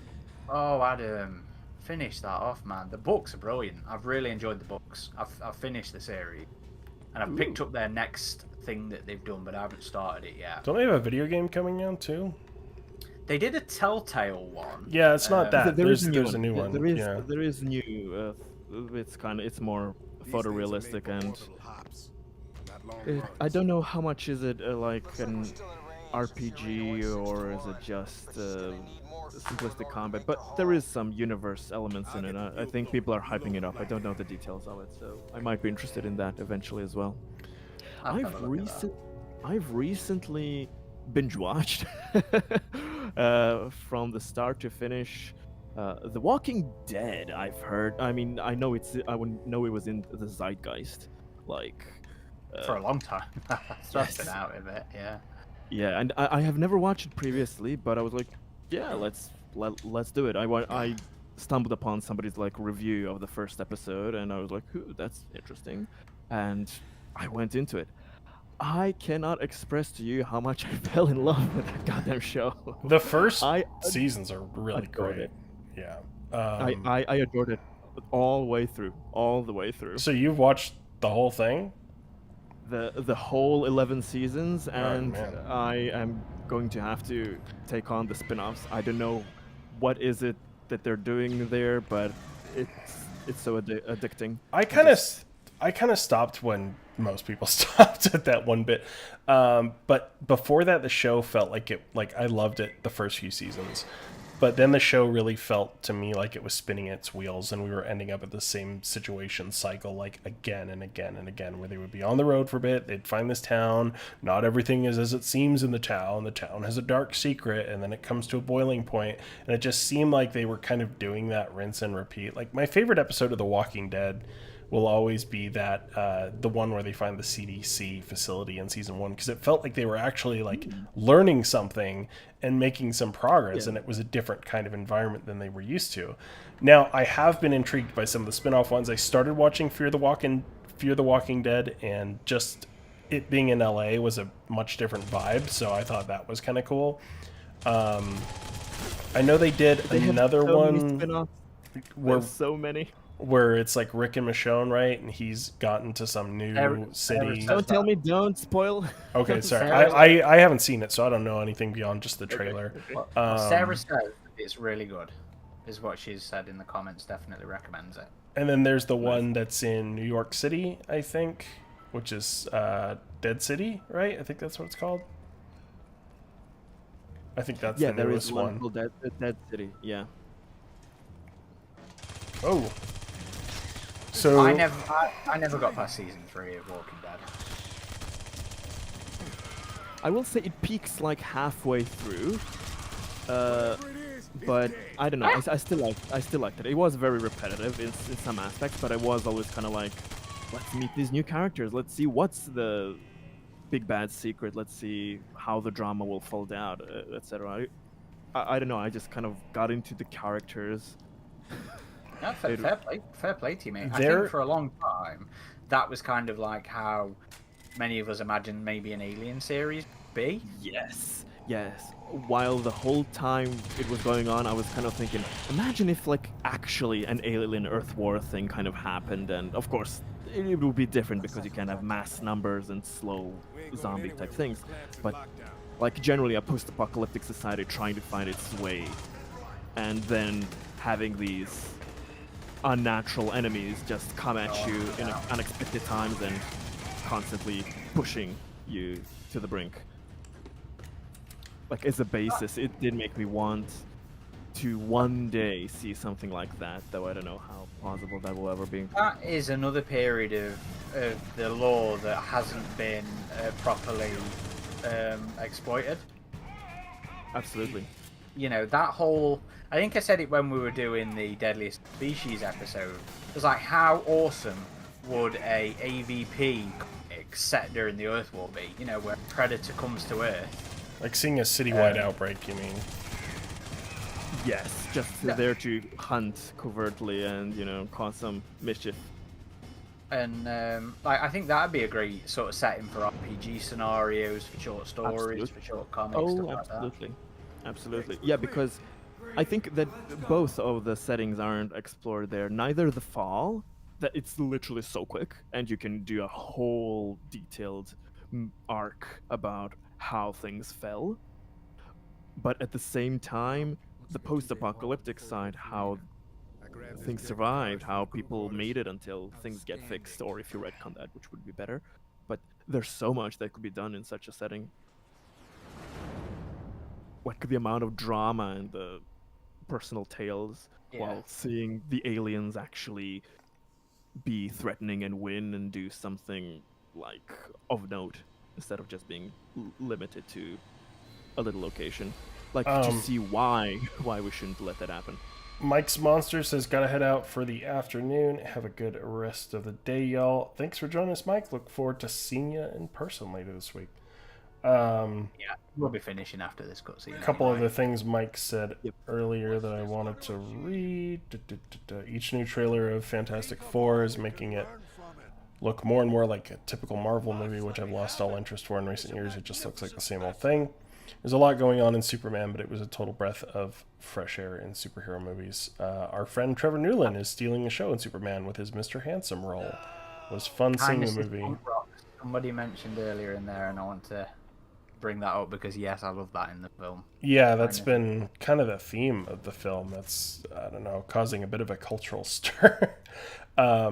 Mike's Monsters... Yeah, everybody's fucking dickheads these days. Yeah. Said, was fun seeing the movie with him on the Warner Brothers lot a few weeks back. Yeah, that must have been a cool screening there. To see it on the lot. And somebody brought up Deep Rising in the section as well, so there's been some talk over that. Richard Roberts says it was great CG for the time. Caleb said Deep Rising is fantastic. That's one I've not got around to yet, and I'd really like to for the genetic memory.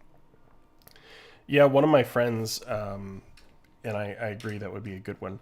One of my friends does a film podcast that I've guested on a few times, and he hosts screenings at his place, and he has a deep sea horror double feature coming up with Deep Blue Sea and Deep Rising, so I might have to go to that one. Oh, that'd be fun. Although I do hate Deep Blue Sea. Oh, I love Deep Blue Sea. Megan hates that I hate it, but it's one of those 90s vibes I can't get behind. Deep Blue Sea is the best shark movie. Sue me. Like, yeah, I bought a shirt from Cavity Colors. They just did a Deep Blue Sea one. But yeah, I think that's us done for the day, isn't it?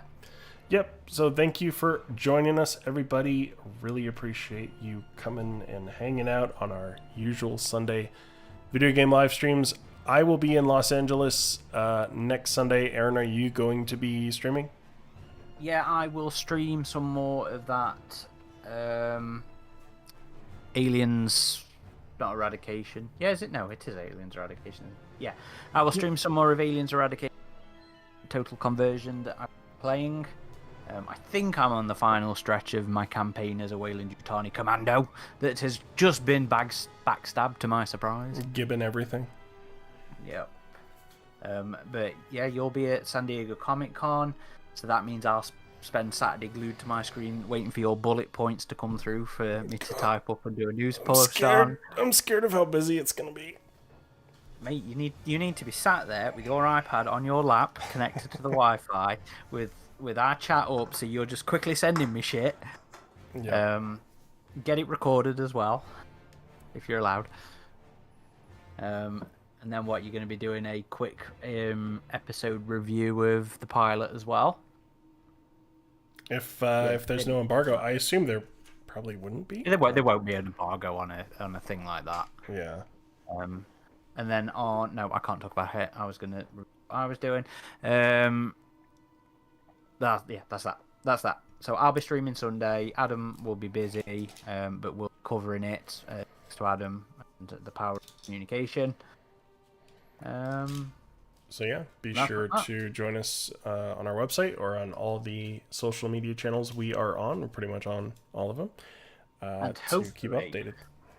Hopefully, I will finish our retrospective interview with the Euro developer about Concrete Jungle next week.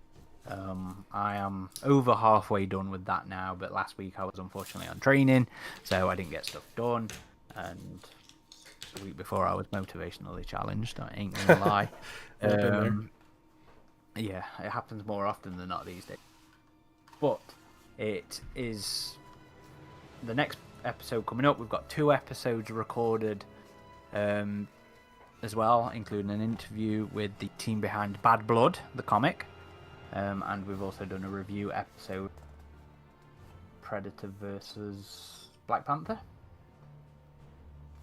And that's it in the bag for the minute. Plenty of stuff planned, plenty of stuff upcoming, and yeah, we're always excited to get it out to you. Indeed.